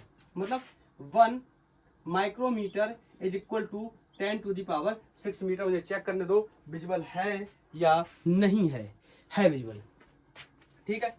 और एक दो बताने हैं मुझे, तो मैं यहां से ऊपर से साफ कर रहा हूं, इसको यहां से ऊपर से साफ कर रहा हूं, आप नोट कर लो, मैं साफ कर दे रहा हूं। नेक्स्ट वन इज बोलो लाइट ईयर्स के बारे में आपने सुना? लाइट ईयर्स हिंदी में बोलते हैं प्रकाश वर्ष। लाइट ईयर्स ये बेसिकली यूज किया जाता है फॉर किसके लिए? बताओ किसके लिए यूज करते हैं इसके लिए? अरे नाम से ही क्लियर है, किसके लिए? फॉर, या ऐसे करते हैं डिस्टेंस ट्रेवल्ड बाई लाइट, क्योंकि आपको पता है लाइट की स्पीड बहुत ही ज्यादा होती है, 3 × 10⁸ मीटर पर सेकंड होती है। तो इसका यूज कर सकते हैं किसके लिए? और डिस्टेंस लाइट ने जो ट्रेवल किया उसके लिए, या हम 2 प्लैनेट्स के बीच में डिस्टेंसेस को निकालने के लिए भी लाइट ईयर्स का यूज करते हैं। बोलो तो 1 लाइट ईयर कितना होगा? ये होगा speed of light in vacuum. ये वैक्यूम क्या है? जहां पे कोई भी एटमॉस्फेयर नहीं होता है, यहाँ पे, ऐसा आप हिंदी में समझ लो, आप जो पढ़ते चले जाओ, जहाँ पे एयर नहीं है। वैक्यूम का मतलब जहाँ पे कोई एटमॉस्फेयर नहीं है, जहाँ पे कोई एयर नहीं। इनटू बोलो 1 ईयर, ये होता है क्या? 1 लाइट ईयर। तो बोलो 1 light year, speed of light कितनी होती है? 3 × 10⁸ मीटर पर सेकेंड। बोलो मीटर पर सेकेंड। एक साल में 365 दिन, एक दिन में बोलो 24 घंटे, एक घंटे में 60 मिनट, एक मिनट में 60 सेकंड। नहीं समझ आया? ये सेकंड्स में कन्वर्ट कर लिया मैंने। क्या कर लिया? सेकंड्स में कन्वर्ट कर लिया। बोलो ठीक है। अब इस पूरी वैल्यूज को जब मैं सॉल्व करूंगा तो 1 light year will become out, ये वैल्यू कितनी आ जाएगी? ये वैल्यू आ जाएगी 9.467 इंटू 10⁻15 मीटर। ये वैल्यू आपको याद रखनी है कि 1 लाइट ईयर एक प्रकाश वर्ष कितने के बराबर होता है। ठीक है, छोटी छोटी यूनिट्स हैं, इनको बेसिकली ये इस्तेमाल होंगे अलग अलग जगहों पे, इसलिए हमारा बहुत ही बेसिक लेक्चर है, शुरू से शुरू कर रहा है तो बिल्कुल शुरू से ही शुरू करते हैं। समझ गए ना, सब कुछ बता देते हैं, थोड़ा बेसिक इन्फॉर्मेशन, ताकि आपको, अगर आप बिल्कुल शुरुआत से पढ़ना चाहते हैं, कुछ स्टूडेंट ऐसे होते हैं जो पढ़ने में बहुत इंटरेस्टेड होते हैं लेकिन पढ़ने में कमज़ोर होते हैं, तो वो चाहते हैं हमें बेसिक डेटा भी मिले और अच्छे से कोई पढ़ाए, तो हम उन लोगों के लिए भी सारी चीज़ों को प्रिपेयर करके दे रहे हैं ताकि वो लोग भी अच्छे से पढ़ाई कर पाए। एस्ट्रोनॉमिकल यूनिट, अगर हम एस्ट्रोनॉमिकल यूनिट की बात करें, नेक्स्ट वन इज, ज़्यादा नहीं बताऊंगा, बस यही लास्ट कर दे रहा हूँ। एस्ट्रोनॉमिकल यूनिट, एस्ट्रोनॉमिकल यूनिट का यूज किस लिए करते हैं बताओ, नाम से क्लियर है, नाम से क्लियर दिख रहा होगा, बोलो। ये लार्जेस्ट यूनिट है डिस्टेंस का, लार्जेस्ट का मतलब बहुत बड़ा है, अब सबसे लार्जेस्ट नहीं, इससे बड़ा तो और भी होता है एक यूनिट, लेकिन मैं उसको बताऊंगा नहीं। बोलो, एस्ट्रोनॉमी में यूज करते हैं, इतना तो समझ में आ ही रहा होगा। तो एक एस्ट्रोनॉमिकल यूनिट में आपको बता दे रहा हूं कितना होता है। 1 एस्ट्रोनॉमिकल यूनिट कितना होता है, इसको हम रिप्रेजेंट करते हैं, इसको हम AU से रिप्रेजेंट करते हैं, AU से रिप्रेजेंट करते हैं, जिसकी वैल्यू कितनी होती है, 1.496 into 10 to the power 11 meter. मतलब 1 AU किसके बराबर होता है, 1 AU किसके बराबर होता है। अब आप कहोगे कैसे, तो इन सबको कैलकुलेट करने की कोई जरूरत नहीं है, आप बस इतना याद रखो, इतने से आपका काम हो जाएगा, वरना बहुत ही डिटेलिंग ज़्यादा करने से भी कोई फायदा नहीं है। ठीक है, बोलो क्लियर। अब कुछ सवाल ले लेते हैं, अब मैं कुछ सवाल लेने जा रहा हूँ। ठीक है, ये छोटी छोटी जो चीज़ हमने पढ़ी है, इन पे कुछ 4-6 सवाल कर लेते हैं, उसके बाद में फिर हम आगे बढ़ जाएंगे। बोलो, ठीक है, तो कुछ क्वेश्चंस ले लेते हैं। Question is, how many light years in 1 metre.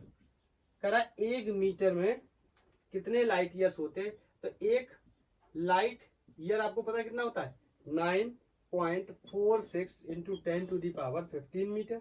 बोलो कितना होता है, 10 टू दी पावर 15 मीटर, तो 1 मीटर में कितना हो जाएगा, बोलो क्या हो जाएगा, 1 upon 9.46 into 10 to the power 15। इसको सॉल्व आउट करेंगे तो आंसर आ जाएगा 1.057 into 10 to the power -16 light years.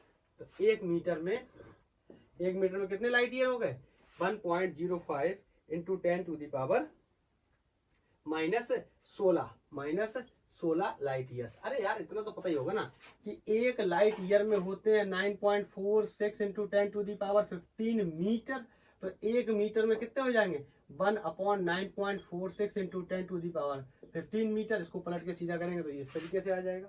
बोलो किसमें आ जाएगा, ये किसमें आएगा, लाइट ईयर्स में, ठीक है, यूनिटरी मेथड भी बोलते हैं इसे। ठीक है,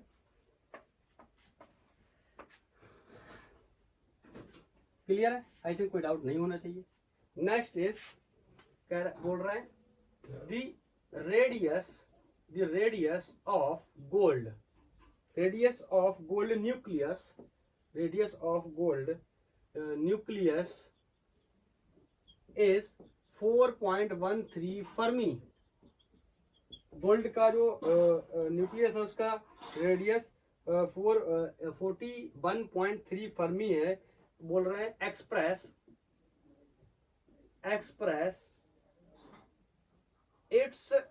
इट्स वॉल्यूम, हमसे कह रहे हैं इसका वॉल्यूम बताओ in express its volume in metre cube, हमसे कह रहा है मीटर क्यूब में इसका वॉल्यूम बताओ। तो सबसे पहली बात तो आपको पता होना चाहिए कि एटम का शेप कैसा होता है, स्फेरिकल, ये तो आपको पता होगा, और उसका स्फेयर का जो वॉल्यूम होता है वो कितना, 4/3 πr³ ये होता है। बोलो, तो वॉल्यूम निकालने के लिए क्या करेंगे, 4/3 पाई की वैल्यू लगा देंगे कितनी, 3.14 इंटू रेडियस। रेडियस देखो, रेडियस किस में दिया है, फर्मी में दिया है, लेकिन हमें किस में बताना है, मीटर में। तो बताओ बताओ क्या हो जाएगा, बताओ क्या हो जाएगा।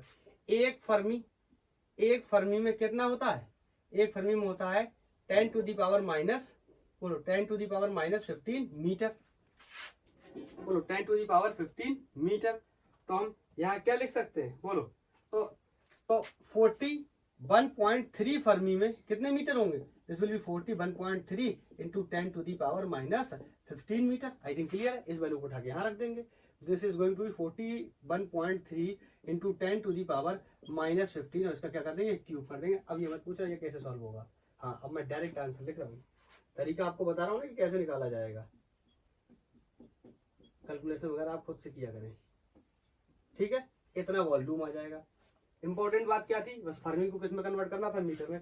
ये बहुत छोटी छोटी बातें, इसको भी तो मत कह देना ये मत कह देना ये समझ नहीं आ रहा, ये कैसे होगा, ये बहुत छोटी छोटी बातें, सिर्फ किसमें कन्वर्ट करना। अब ये तुम कहो ये कहाँ से लिख दिया 4/3 पाई आर क्यूब, तो ये स्क्वायर का वॉल्यूम होता है, जाके पढ़ो पहले। ये भी नहीं पता तो फिर क्या ही पढ़ाऊंगा तुम्हें। कुछ लोग कह रहे होंगे भाई ऐसा है, देख ज्यादा गुस्सा मत दिखा, हमें गुस्सा आ गई तो तुझे पता है क्या होगा, ऐसे वाला जानता है, ऐसे वाला जानता है ना, ऐसे वाला वही दबा देंगे। नहीं नहीं नहीं, मैं अपना गुस्सा शांत कर लेता हूँ। Next one, convert an acceleration of 2 kilometre per hour square, ऐसे यूनिट क्या होता है, किलोमीटर पर आवर स्क्वायर या मीटर पर सेकंड स्क्वायर होता है, टाइम का क्या होता है, स्क्वायर होता है, इनटू सेंटीमीटर पर स्क्वायर, इनटू सेंटीमीटर पर स्क्वायर। अब देखो ये कैसे कन्वर्ट होगा, याद करो मैंने आपको बताया क्या, N1 U1 याद आया, N2 U2 याद आया, N1 N2 क्या थे, N1 N2 क्या थे, न्यूमेरिकल वैल्यूज, U1 और U2 क्या थे, यूनिट्स, याद आया। तो बताओ ये एक यूनिट दिया है, N1 की वैल्यू कितनी है, 2, बोलो कितनी है, 2, U1 की वैल्यू कितनी है, किलोमीटर पर आवर स्क्वायर। हमें बताना है क्या, N2, बोलो ये तो पूछ रहा है ना, कन्वर्ट इतने एक्सेलरेशन को, इतने एक्सेलरेशन में, कितने एक्सेलरेशन में, इतने एक्सेलरेशन को कितने एक्सेलरेशन में, अगर ये यूनिट है तो इस यूनिट में कितना होगा, क्लियर। तो N2, अब देखो 1 किलोमीटर में कितने सेंटीमीटर होते हैं, सबसे पहले तो हमें ये पता होना चाहिए, बोलो। अगर आपको नहीं पता है तो आपको ये तो पता ही होगा कि 1 किलोमीटर में 1000 मीटर होते हैं, बोलो, और 1 मीटर में 100 सेंटीमीटर होते हैं। तो डायरेक्टली मैं बोल दूं कि 1 किलोमीटर में कितने सेंटीमीटर हो गए, तो मैं आपसे बोल दूं 10,000 सेंटीमीटर होते, तो कोई दिक्कत तो नहीं, बोलो, अरे कोई दिक्कत तो नहीं, या थोड़े पढ़े लिखे बन गए हैं तो ऐसे भी लिख सकते हैं किलोमीटर, इसको क्या लिख सकते हैं, 10 पावर्स में लिख सकते हैं, 10 टू दी पावर 5 सेंटीमीटर, ठीक है। पावर कितनी हो गई, 5, मुझे लग रहा है कहीं कुछ गड़बड़ हो गया क्या, 3 4 10 टू दी पावर 5 लिख सकते हैं कि नहीं लिख सकते, बोलो 1000 किलोमीटर, हाँ ये गड़बड़ है, ये नहीं गड़बड़ तो मैं सही तो लिखा था, यहाँ पे 0 कम रह गया, तभी मैं सोचूं 4 क्यों हो रहा है, ठीक है अब सही है। अरे यार 1 किलोमीटर में 1000 मीटर, 1 मीटर में 100 सेंटीमीटर, तो 1 किलोमीटर में बताओ इतना मल्टीप्लाई बाई इतना, तो देखो इतना मल्टीप्लाई बाई इतना कितना हुआ, 10 टू दी पावर 5, क्या हुआ डायरेक्ट सेंटीमीटर, तो लिख दिया मैंने 2 इंटू 10 टू दी पावर 5। अब ये किसमें कन्वर्ट हो गया, किलोमीटर डायरेक्ट किसमें कन्वर्ट हो गया, बोलो सेंटीमीटर, सॉरी सेंटीमीटर। अच्छा वो स्क्वायर नहीं, इस वैल्यू को क्या करना पड़ता है, स्क्वायर करना पड़ता है, बोलो आर, 1 आर, तो बोलो 1 आर में 60 क्या होते हैं, मिनट होते हैं, बोलो, और 1 मिनट में 60 क्या होते हैं, बोलो सेकेंड्स होते हैं, बोलो। तो एक आर में कितने सेकेंड्स होंगे, बोलो कितने सेकेंड्स होंगे, तो ये हम आराम से कैलकुलेट कर सकते हैं क्या, 60 इंटू 60, बोलो कितना हो गया 3600, मतलब 1 घंटे में कितने सेकेंड, 3600, और उसका क्या करना है, स्क्वायर, देखो इसका उसका भी क्या है स्क्वायर, तो इसका मतलब है 3600 का स्क्वायर। अब ये आर से आर से किसमें कन्वर्ट हो गया, सेकेंड स्क्वायर में। बोलो, और यहाँ क्या है N2। बोलो क्लियर।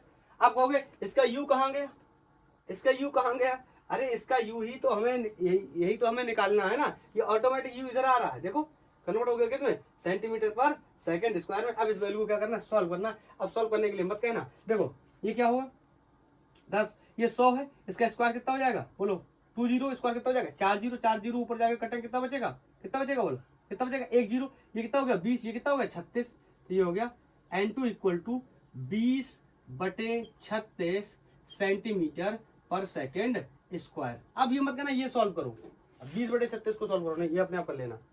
अरे बोलो क्लियर है, 20/36 काट लेना कुछ जिससे कट जाए यार, क्लियर है।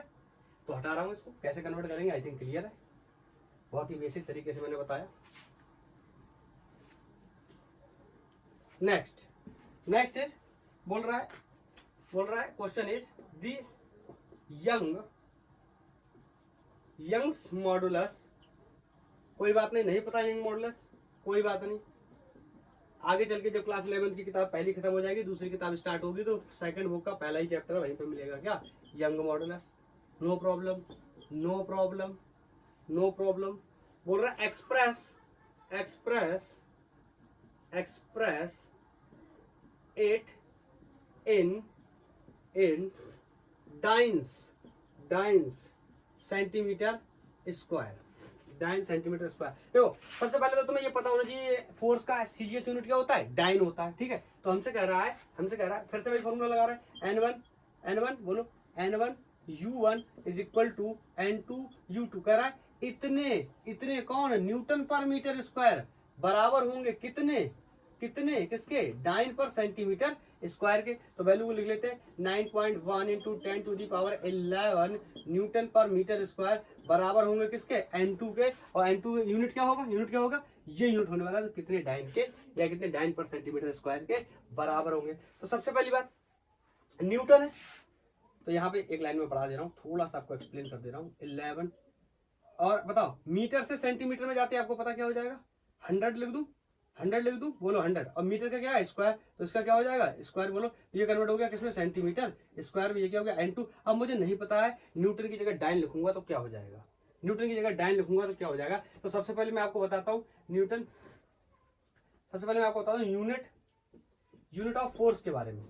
यूनिट ऑफ फोर्स के दो यूनिट होते हैं, एक SI यूनिट या MKS यूनिट, और दूसरा CGS यूनिट की अगर हम बात करें, तो न्यूटन होता है, ऐसा यूनिट होता है न्यूटन। आइजैक न्यूटन सर के नाम पे क्या होता है, न्यूटन। ये होता है डाइन, ये मैडम है इनका साइंटिस्ट है, डाइन के नाम पे क्या होता है, CGS यूनिट होता है। तो सबसे पहले अगर हम ये पता कर लें कि एक न्यूटन कितना होता है तो हमारा काम हो जाएगा। तो आप पता सबसे बेसिक फॉर्मूला क्या होता है, आपने क्लास 9th में पढ़ा, F इक्वल टू ma। बोलो F इक्वल टू ma। मैं निकालने जा रहा हूँ एक न्यूटन का फोर्स कितना होगा, तो बोलो F इक्वल टू क्या ले रहा हूँ, 1 kg का क्या ले रहा हूँ, मास ले रहा हूँ, उसमें प्रोड्यूस कर रहा हूँ क्या, 1 मीटर पर सेकेंड स्क्वायर का एक्सेलरेशन। अरे बोलो तो क्या हो जाएगा, मास इज 1 किसमें केजीज में, ठीक है। और एक्सेलरेशन ऐसा यूनिट में निकाल रहा है, एक्सेलरेशन क्या है 1 मीटर पर सेकेंड स्क्वायर। तो मतलब 1 न्यूटन की वैल्यू कितनी हो गई, 1 न्यूटन की वैल्यू हो गई 1 kg पर मीटर स्क्वायर। एक मिनट रुकना, मीटर पर सेकंड, हाँ ये क्या है, यहाँ पे थोड़ा सा फिर से साफ करके लिख दे रहा हूँ, पहले तो देख लूँ विजुअल है कि नहीं है। नहीं यहाँ तो गड़बड़ हो रहा है, यही को बताता हूँ, इधर नहीं इस साइड देखो, ठीक है। यहाँ पे लेट्स से कोई 1 kg का एक पार्टिकल है जिसके अंदर 1 मीटर पर सेकेंड स्क्वायर का कोई क्या है, एक्सेलरेशन है, और मुझे उसका बताना फोर्स। तो आपको पता फोर्स कितना हो जाएगा, m की वैल्यू कितनी है 1 kg, बोलो और एक्सेलरेशन की वैल्यू कितनी है 1, यूनिट क्या है मीटर पर सेकंड स्क्वायर, एक्सेलरेशन का यूनिट क्या होता है मीटर पर सेकंड स्क्वायर होता है। कैसे होता है, अगर आपने आगे की क्लासेस देखी है तो आपको पता होगा, और नहीं पता है तो थोड़ी देर में या नेक्स्ट लेक्चर्स में आने में पता चल जाएगा, ठीक है। तो force equal to 1 kg meter पर सेकंड स्क्वायर, और यही बराबर होता है 1 न्यूटन के। 1 न्यूटन मतलब 1 kg मीटर पर सेकंड स्क्वायर। तो आज के बाद आपको ये बात अब क्या होनी चाहिए, पता होना चाहिए कि 1 न्यूटन ही क्या है, 1 kg पर मीटर पर सेकंड स्क्वायर, मतलब 1 किलोग्राम के मास को 1 मीटर पर सेकंड स्क्वायर के एक्सेलरेशन से दौड़ाएंगे। इसका मतलब हमने उस पर कितना फोर्स लगाया है, 1 न्यूटन का। समझ गए। अब नेक्स्ट क्वेश्चन, हमें न्यूटन को किस में कन्वर्ट करना है, डाइन में कन्वर्ट करना है। तो देखो ये क्या है, एसआई यूनिट है, एसआई यूनिट है। और इसको अगर मैं जो न्यूटन का सीजीएस होता है वो क्या होता है, डाइन होता है। तो अगर इसको मैं कन्वर्ट कर दूं किसमें, डाइन में, देख लो विजुअल है क्या, थोड़ा सा दिक्कत में है, कहाँ लिखूं बहुत छोटा पड़ जा रहा है। ठीक है, अच्छा चलो 1 न्यूटन हो गया, ये समझ गया ना कैसे हुआ है। अब मैं इस बात को यहाँ लिख देता हूँ डायरेक्ट कि 1, ये तो दिख रहा होगा ना, 1 न्यूटन का क्या मतलब है, बोलो 1 kg, बोलो मीटर पर सेकेंड स्क्वायर। ठीक है, और अगर मैं मुझे इसमें इस चीज को किसमें कन्वर्ट करना हो, डाइन में। डाइन कैसा, सीजीएस, सीजीएस का मतलब सेंटीमीटर ग्राम सेकंड। तो 1 डाइन क्या होता है, बोलो 1 डाइन क्या होता है, बोलो इस किलोग्राम की जगह ग्राम, बोलो मीटर की जगह सेंटीमीटर, बोलो मीटर की जगह सेंटीमीटर, और टाइम की जगह सेकंड स्क्वायर ही रहने वाला। तो मतलब एक डाइन की वैल्यू कितनी हो गई, एक डाइन की वैल्यू कितनी हो गई, एक डाइन की वैल्यू हो गई 1 ग्राम सेंटीमीटर पर सेकंड स्क्वायर। ये क्या हो गया, एक डाइन हो गया। ठीक है, ये क्या हो गया, एक न्यूटन हो गया। ठीक है, अब क्वेश्चन है कि 1 न्यूटन में कितने डाइन होंगे। तो अब ये निकालने चला, 1 न्यूटन में कितने डाइन होंगे। तो बोलो फिर से यही वाला फॉर्मूला यहाँ पे अप्लाई कर रहा हूं, N1 U1 equal to N2 U2। N1 is 1 किसके लिए, न्यूटन के लिए 1 N, और N2 क्या है, पता करना है, किसमें पता करना है, डाइन्स में पता करना है। तो 1 न्यूटन की वैल्यू क्या होती है, न्यूटन की वैल्यू क्या होती है, केजी, बोलो केजी मीटर पर सेकंड स्क्वायर, केजी मीटर पर second square equal to N2। बोलो अब इसे मुझे किसमें कन्वर्ट करना है, किसमें कन्वर्ट करना है, सीजीएस में। तो बोलो N2, बोलो केजी की जगह ग्राम, तो 1 केजी की जगह ग्राम में कन्वर्ट करूंगा तो कितने जाएंगे, 1000 ग्राम। बोलो 1 मीटर को 1 सेंटीमीटर में कन्वर्ट करूंगा तो कितने हो जाएंगे, 100 सेंटीमीटर। बोलो 1 मीटर में कितने सेंटीमीटर होते हैं, 100 सेंटीमीटर, और टाइम सेकंड्स में, दोनों में तो कोई मसला नहीं है। तो N2 बराबर 10 to the power 3, 10 to the power 2, कितना हो गया, 10 टू द पावर कितना हो गया, 5, और क्या हो गया, ये क्या हो गया, ग्राम सेंटीमीटर पर सेकंड स्क्वायर। बोलो यही क्या होता है, डाइन। बोलो यही क्या होता है, डाइन। किसके बराबर है, न्यूटन के बराबर है। मतलब 1 newton equal to 10 to the power 5, और ये वैल्यू किसकी होती है, ग्राम सेंटीमीटर पर सेकंड स्क्वायर किसकी होती है, किसकी होती है, अरे डाइन की होती है ना। तो आप मुझे ये बात पता चल गई कि 1 newton equal to 10 to the power क्या हो गया, 5 डाइन हो गया। तो यहाँ पे मैं लिख दूंगा क्या, बोलो क्या लिख दूं, 10 टू द पावर 5, और क्या लिख दूं, डाइन लिख दूं। देखो तो डाइन हमें बताना किसमें था, हाँ डाइन पर सेंटीमीटर स्क्वायर, तो हो गया किसमें, डाइन पर सेंटीमीटर स्क्वायर में। बस इस वैल्यूज को हमें क्या करना, सॉल्व करने ला। आई थिंक आप सारी वैल्यूज जो एक्स्ट्रा मैंने लिखी है वो नोट कर लो, एक्सप्लेनेशन भी समझ में आ गया होगा। इसको हटा रहा हूँ, तो यहाँ से N2 सीधा कर लेता हूँ, साइड राइट ही हूँ तो मैं इधर लिख लेता हूँ। तो ये हो गया 1.9, ये 10 की घात 5 है, ये 10 की घात 11, कितना जाएगा, 10 की घात 16। ध्यान सुनना, ये क्या 100, इसका स्क्वायर करेंगे क्या हो जाएगा, 10,000, मतलब 100 की, मतलब 10 टू दी पावर कितनी है, 2, इसका कितना हो जाएगा 4। तो ये ऊपर आएगा, बोलो 4 ऊपर आएगा, 10 टू दी पावर 4 ऊपर आएगा तो क्या हो जाएगा, 10 टू दी पावर -4। तो ऐसे घटा ले रहा हूँ, यहाँ कितना बचा, 10 टू दी पावर 1, इसका मतलब 11, तो कितना हो जाएगा 12। अरे 12 डाइन पर सेंटीमीटर स्क्वायर। समझ गए, बोलो आई थिंक समझ गए होगा। अब समझाने के लिए कुछ नहीं बचा है। न्यूटन को मीटर को सेंटीमीटर में कन्वर्ट किया, 100 होता है 1 मीटर इक्वल टू 100 सेंटीमीटर, उसका क्या स्क्वायर, तो उसका स्क्वायर कर लिया, सेंटीमीटर लिख दिया। 1 न्यूटन था, 1 न्यूटन की वैल्यू मैंने यहाँ से कैलकुलेट कर, सबसे पहले मैंने बताया 1 न्यूटन क्या होता है, आपको एक्सप्लेन किया था, आपने मिटा दिया, मैंने आपने देख लिया होगा। तो 1 न्यूटन की वैल्यू 1 kg मीटर पर सेकंड स्क्वायर होती है। तो 1 kg मीटर पर सेकंड स्क्वायर को सबसे पहले डाइन में कन्वर्ट किया। डाइन क्या होता है, सीजीएस यूनिट होता है, तो किलोग्राम की जगह क्या रख दिया, ग्राम रख दिया। मीटर की जगह क्या रख दिया, सेंटीमीटर रख दिया। सेकंड की जगह क्या रख दिया, सेकंड रख दिया। ठीक है, तो यहां से कन्वर्ट हो गया 1 newton equal to 10 to the power 5 dyne, यहां रख दिया, और ये क्या हो गया, आंसर। बोलो क्लियर, अरे बोल भाई क्लियर। यार बहुत मजा आ रहा है पढ़ते हुए, क्या ही मस्त पढ़ा रहा है ये बंदा। इतनी छोटी छोटी चीजें किसी ने पढ़ाई ही नहीं, इतनी आसान तरीके से, बहुत ही मजा आ रहा है और भी आएगा। ये बहुत ही बेसिक लेक्चर है, अभी तो हमें बहुत दूर तक जाना है और मैंने आगे के वीडियो पहले से बना रखे हैं लेक्चर, आप जाके 1D और 2D भी देख सकते हैं। अगर आप इसको जल्दी जल्दी देख लेंगे तो 1D 2D भी देख लेंगे। लेकिन आज से मैं स्टार्ट कर रहा हूँ, क्योंकि आज मैं आपको बताता हूँ आज से मैं स्टार्ट क्यों कर रहा हूँ, इसके पीछे मैं आपको एक वजह बताता हूँ। आज 31 मार्च है, 31 मार्च 2026, 1 मार्च 2026 है। तो मेरा ऐसा अनुमान है कि स्कूल या तो खुल चुके होंगे या कल से खुलने वाले होंगे। कल से स्कूल स्टार्ट हो जाएंगे तो स्टूडेंट्स स्कूल जाएंगे, या नीट और आईआईटी के जो स्टूडेंट्स हैं उनका बिल्कुल लास्ट चल रहा है, उनका 2 महीने बाद 1 महीने बाद पेपर होगा। आईआईटी वालों का हो भी चुका होगा, नीट वालों का 2 महीने बाद पेपर होगा, मई के आसपास होगा ऐसे कुछ, या मई में 10-12 ऐसे कुछ होगा, जो मुझे एग्जैक्ट डेट पता नहीं है अभी। तो अब स्कूल वाले स्टूडेंट्स को भी रिक्वायरमेंट है पढ़ने की, क्योंकि उनका सेशन स्टार्ट हो रहा है तो वो भी पढ़ेंगे। नीट आईआईटी वाले भी स्टूडेंट्स क्या करेंगे, दोबारा से फ्रेश फिर से पढ़ना शुरू करेंगे। जो सेलेक्ट हो जाएंगे ठीक है, जो नहीं सेलेक्ट हो पाएंगे वो दोबारा से पढ़ेंगे। और जो लोग 12th पास करके आ रहे हैं वो लोग भी फ्रेश यहाँ से स्टार्ट करेंगे। तो इसीलिए मैंने इस टाइम फ्रेम को चुना है कि यहाँ से पढ़ाना मैं स्टार्ट करने वाला हूँ। इसीलिए मैंने motion in 1D and motion in 2D, जिसमें वेक्टर और प्रोजेक्टाइल मोशन और सर्कुलर मोशन की मैंने पढ़ाई हमने स्टूडेंट्स को करवा दी है। अब क्योंकि अब शुरू से स्टार्ट करेंगे, यूनिट मेजरमेंट डायमेंशन स्कूल में या कहीं कोचिंग में 10-12 दिन 15 दिन पढ़ाया जाएगा, तो वो पहले स्टार्ट करेंगे कहाँ से, यूनिट मेजरमेंट एंड डायमेंशन से। 1D पे तो बाद में पहुंचेंगे, तो वो सर्च करेंगे जब, तो मेरा वीडियो तो आएगा नहीं। क्यों?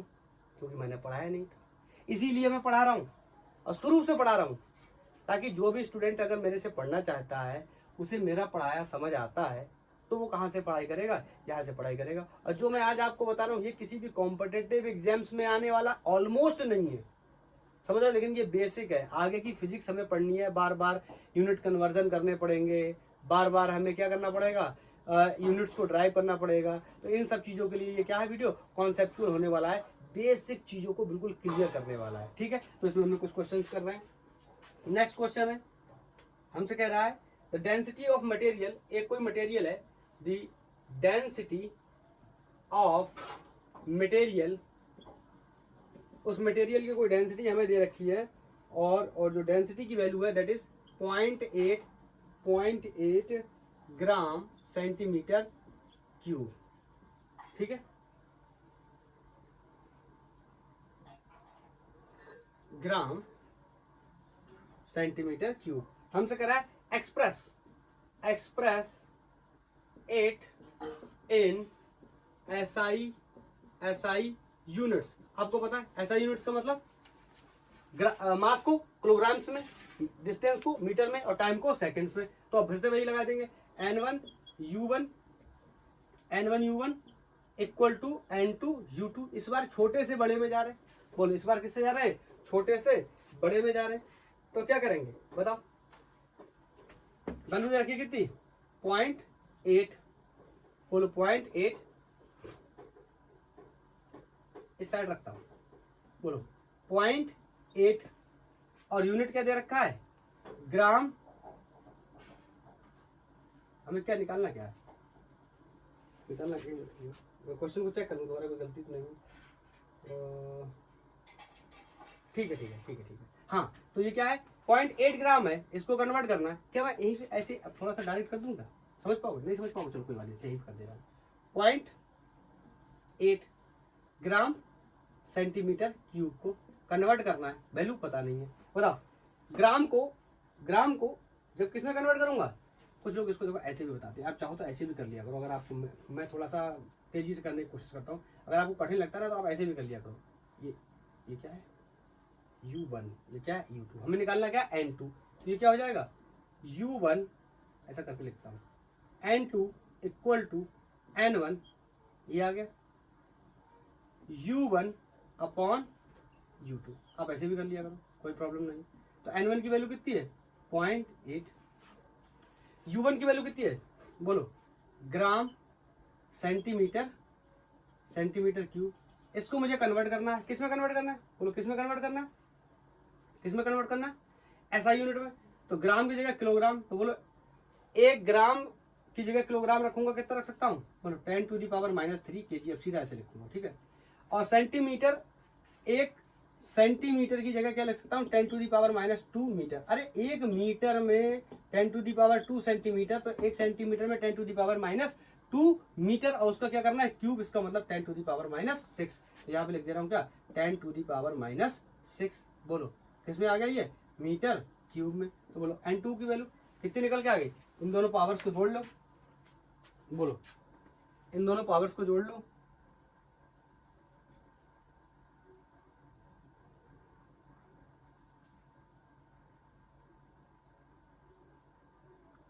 मुझे लगता है कहीं कुछ गड़बड़ है, पता नहीं वैल्यूज गलत ले ली, क्या हो गया, कुछ ना कुछ तो गलत है, कुछ ना कुछ तो गलत है।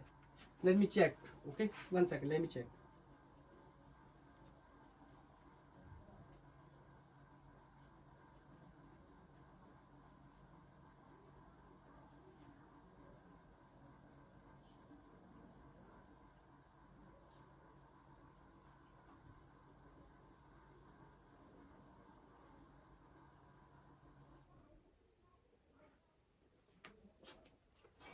पता नहीं कहाँ पे कोई गलत हो गया है और समझ भी नहीं आ रहा है, इसको क्या करता हूँ हटा ही देता हूँ, दोबारा से सॉल्व करता हूँ, ठीक है दोबारा से सॉल्व करता हूँ। तो n1 की वैल्यू, n1 की वैल्यू मुझे गिवन है 0.8, ठीक है, और इसको मुझे कन्वर्ट करना है। तो बताओ ग्राम को हटाना है, किलोग्राम को लाना है, तो ग्राम को हटाऊंगा किलोग्राम को लाऊंगा, कितना हो जाएगा 10⁻⁻3। बोलो बोलो बोलो, तो क्या हो गया यार, ग्राम की जगह किलोग्राम। अब समझ गया मैं क्या गलत हुआ था, अब समझ गया, ये अपॉन में था, मैंने ये दोनों अपॉन में कर दिए, बस ये गलत हो गया।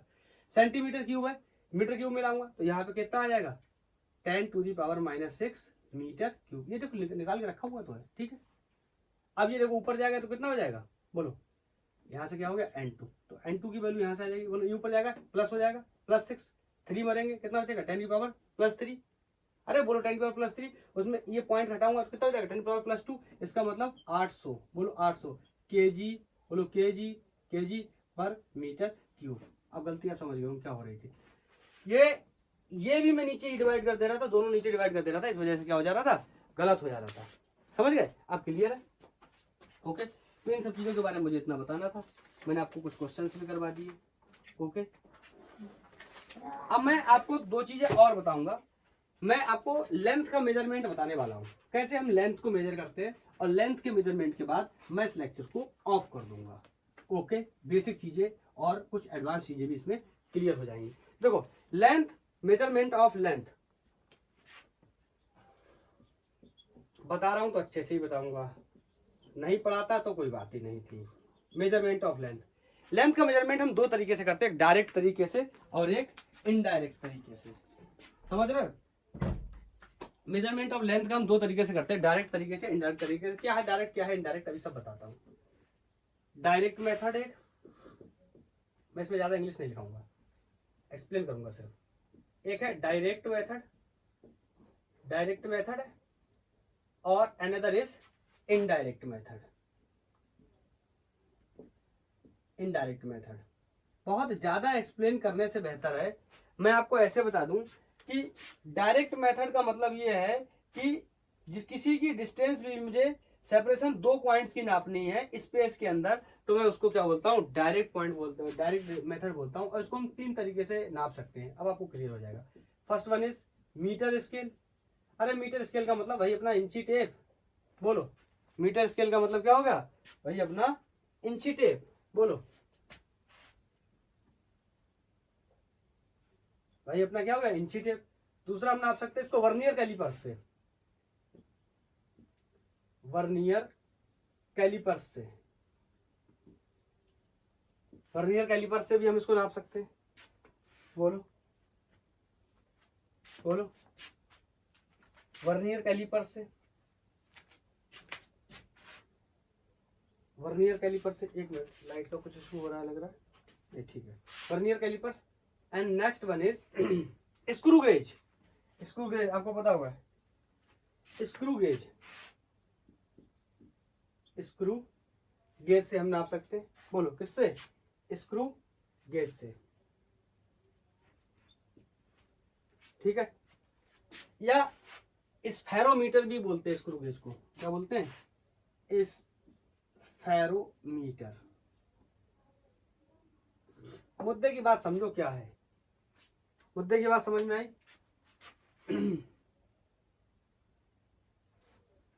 जो छोटी डिस्टेंसेस हैं स्पेस के अंदर या किसी पॉइंट के अंदर, जिन्हें हम डायरेक्टली नाप सकते हैं मीटर से, जैसे हमें 15 मीटर की डिस्टेंस नापनी है तो क्या रखेंगे? मीटर स्केल, माने इंची टेप, भाई जो अपना दर्जी के पास नहीं होता कपड़ा नापने वाला, रखे उससे नापेंगे, या वर्नियर कैलिपर पर से नापेंगे, या फिर स्क्रू गेज से भी नाप सकते हैं। ठीक है। इनडायरेक्ट मेथड का मतलब दो बातें होती हैं। इनडायरेक्ट मेथड का मतलब दो चीजें होती हैं। इनडायरेक्ट मेथड में हम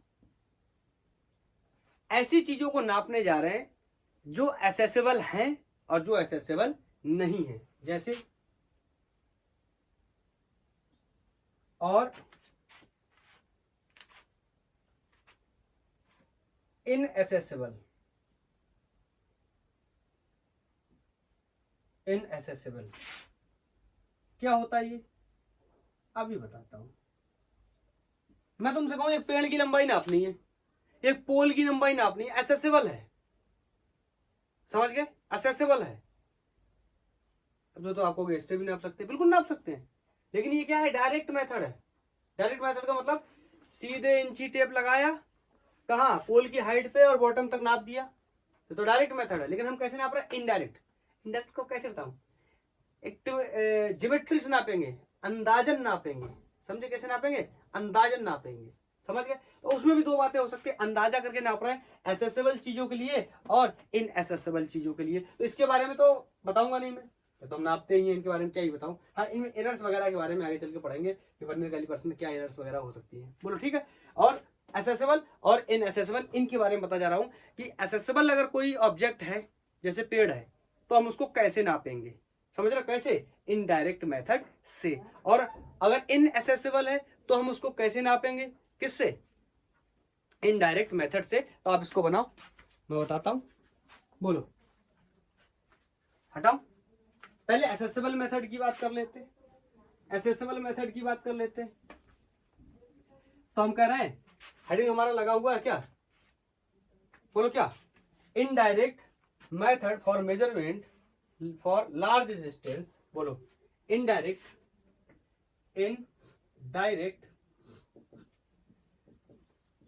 method for measurement of distance, measurement of large distance ही नापनी। इसके अंदर दो केस करेंगे। पहला केस क्या है? एसेसेबल है। कौन एसेसेबल है? जो डिस्टेंस हम नापने जा रहे हैं वो एसेसेबल है, मतलब हम जिसको आसानी से एसेस कर सकते हैं। जैसे एक पेड़ है, हमें दिखाई दे रहा है, एसेस कर सकते हैं। खंबा है, दिखाई दे रहा है, एसेस कर सकते हैं। ठीक है। तो हम मान लेते हैं कि जो पोल है, ये कोई एक पोल है, कितनी बार टेढ़ा बनेगा ये पोल, और हम लेफ्ट से इसको किसी इस पॉइंट से क्या कर रहे हैं? एसेस कर रहे हैं। बोलो इस पॉइंट से कहीं एसेस कर रहे हैं। ये कोई सी पॉइंट है, यहां से हम एसेस कर रहे हैं, मतलब ऑब्जर्वर हमारा यहाँ पे क्या है? बैठा हुआ है। बोलो, या फिर ऑब्जर्वर यहाँ पे हमारा क्या है? खड़ा हुआ है। ये कोई पॉइंट बी है, ये कोई पॉइंट ए। बोलो जब यहाँ से देखेगा ऑब्जर्वर, जब यहाँ से देखेगा तो यहाँ से कोई एक एंगल भी क्रिएट होगा। बोलो कोई एंगल भी क्रिएट होगा। लेफ्ट से वो पोल से या उस ट्री से कुछ एक्स डिस्टेंस पे खड़ा है, और मैंने मान ली इसकी लेंथ कुछ क्या है? एच, सॉरी इसकी जो हाइट है पोल की वो कोई क्या है? एच है। ठीक है। बोलो कैसा मेथड है? एसेसेबल मेथड है, लेकिन इनडायरेक्ट तरीके से है। अब हम उस पेड़ पे फीता लेके नहीं चढ़ रहे, हम ज्योमेट्री से नाप रहे हैं, अंदाजन देख रहे हैं कि कैसे सिस्टम इसका हम बिठा सकते हैं। बोलो तो अगर मैं लगा दूं कि कोई ट्रायंगल है क्या? In triangle A C B. बोलो मैं आपसे बोलो ए सी बी ट्रायंगल दिख रहा होगा। अगर इसमें मैं मुझे ये चीज निकालनी है तो बोलो क्या मैं लगा दूंगा? Tan theta. बहुत ही क्लियर दिख रहा होगा। टेन थीटा क्या होता है? परपेंडिकुलर। बोलो अपॉन बेस, बेस क्या? एक्स। तो बोलो एच मुझे निकालना है, तो एच क्या आ जाएगा? एक्स टेन थीटा के बराबर आ जाएगा। मतलब जहां पर वो ऑब्जर्वर खड़ा है उस डिस्टेंस का मल्टीप्लाई कर दे किसके साथ, जिस एंगल पे वो देख रहा है उस एंगल के कौन से कंपोनेंट के साथ, टेन थीटा के साथ, तो उसको क्या मिल जाएगी, वहां पे डिस्टेंस मिल जाएगी। तो यहां से क्या कर सकता है वो, हाइट को क्या कर सकता है, डिटरमाइन कर सकता है। आई थिंक क्लियर होना चाहिए। बोलो, हाइट को क्या कर सकता है, डिटरमाइन कर सकता है। ये कैसा है, असेसेबल है, आसानी से कर सकता है। ये हमने ज्योमेट्री मेथड से लगा लिया। नेक्स्ट वन इज है तो यही indirect method for the measurement of the large distances, but इस बार इनएसेसेबल है। इस बार कैसा है, इनएसेसेबल का मतलब बहुत ही कोई बड़ा ऑब्जेक्ट है जो हमें सही से इवन दिख भी नहीं रहा, उसे हम एसेस नहीं कर पा रहे। जैसे एग्जाम्पल के तौर पे कोई माउंटेन है, कोई पहाड़ है, कोई पर्वत है। बोलो, कोई माउंटेन है, कोई पहाड़ है, कोई पर्वत है, तो बताओ इतना बड़ा ऑब्जेक्ट है तो एक जगह देखने से भी काम चलने वाला नहीं है। मान लो मैंने पहले यहां कहीं से देखा और उसने एंगल कोई बनाया θ1, फिर मैंने उसको दोबारा से देखा, पीछे हटके दोबारा से देखा, और उसने ये एंगल बनाया कोई, मान लो कोई θ2, और मैं मान ले रहा हूं कि ये जो माउंटेन है इसकी हाइट क्या है, कोई h है, और इस डिस्टेंस को मैं कुछ नाम दे दे रहा हूं, लेट्स से x या d, कुछ भी बोल दो। अरे बोलो, इसको मैंने x बोल दिया तो यहां से यहां मैंने क्या बोल दिया, लेट्स से d बोल दिया। और इनके कुछ नेमिंग कर लेते हैं इस माउंटेन के पॉइंट्स की। ए है, ये कोई बी है, ये कोई मान लो सी ले लिया पहले से ही, ये कोई क्या है, डी है। बोलो, सी विजिबल है सही से, बोलो क्लियर है। राइट एंगल ट्रायंगल दो बन रहा है, मैं इसमें क्या करूंगा, अगर मैं इसमें ले लूं, अगर मैं ले लूं ट्रायंगल, कौन सा ट्रायंगल, ए सी बी, दिखा, ए सी बी, तो क्या हो जाएगा, बोलो ए सी बी में क्या हो जाएगा, मैं क्या लगाऊं, मुझे ये निकालना है, ये मुझे पता है, कहीं ना कहीं खड़े ये मुझे पता है, तो क्या लगाऊं, tan थीटा लगाऊंगा तो h अपॉन, तो ये इसमें cot थीटा लगा देता हूँ, cot थीटा क्या होता है, बेस अपॉन, बोलो tan का उल्टा होता है ना बेस, cot, इसमें तो कोई दिक्कत होनी नहीं चाहिए। बोलो, बेस अपॉन परपेंडिकुलर, tan का उल्टा cot हो गया, तो ये इक्वेशन एक हो गई। मान लो हाँ, अब cot क्या कर दिया मैंने, थीटा लिया ही नहीं, एक लाइन नीचे लिख दे रहा हूँ ताकि स्पष्ट दिखाई दे, cot थीटा कितना है, 1, ठीक है, is equal to x upon h। बोलो x अपॉन h। दूसरा ट्रायंगल ले लूं कौन सा, ए डी बी,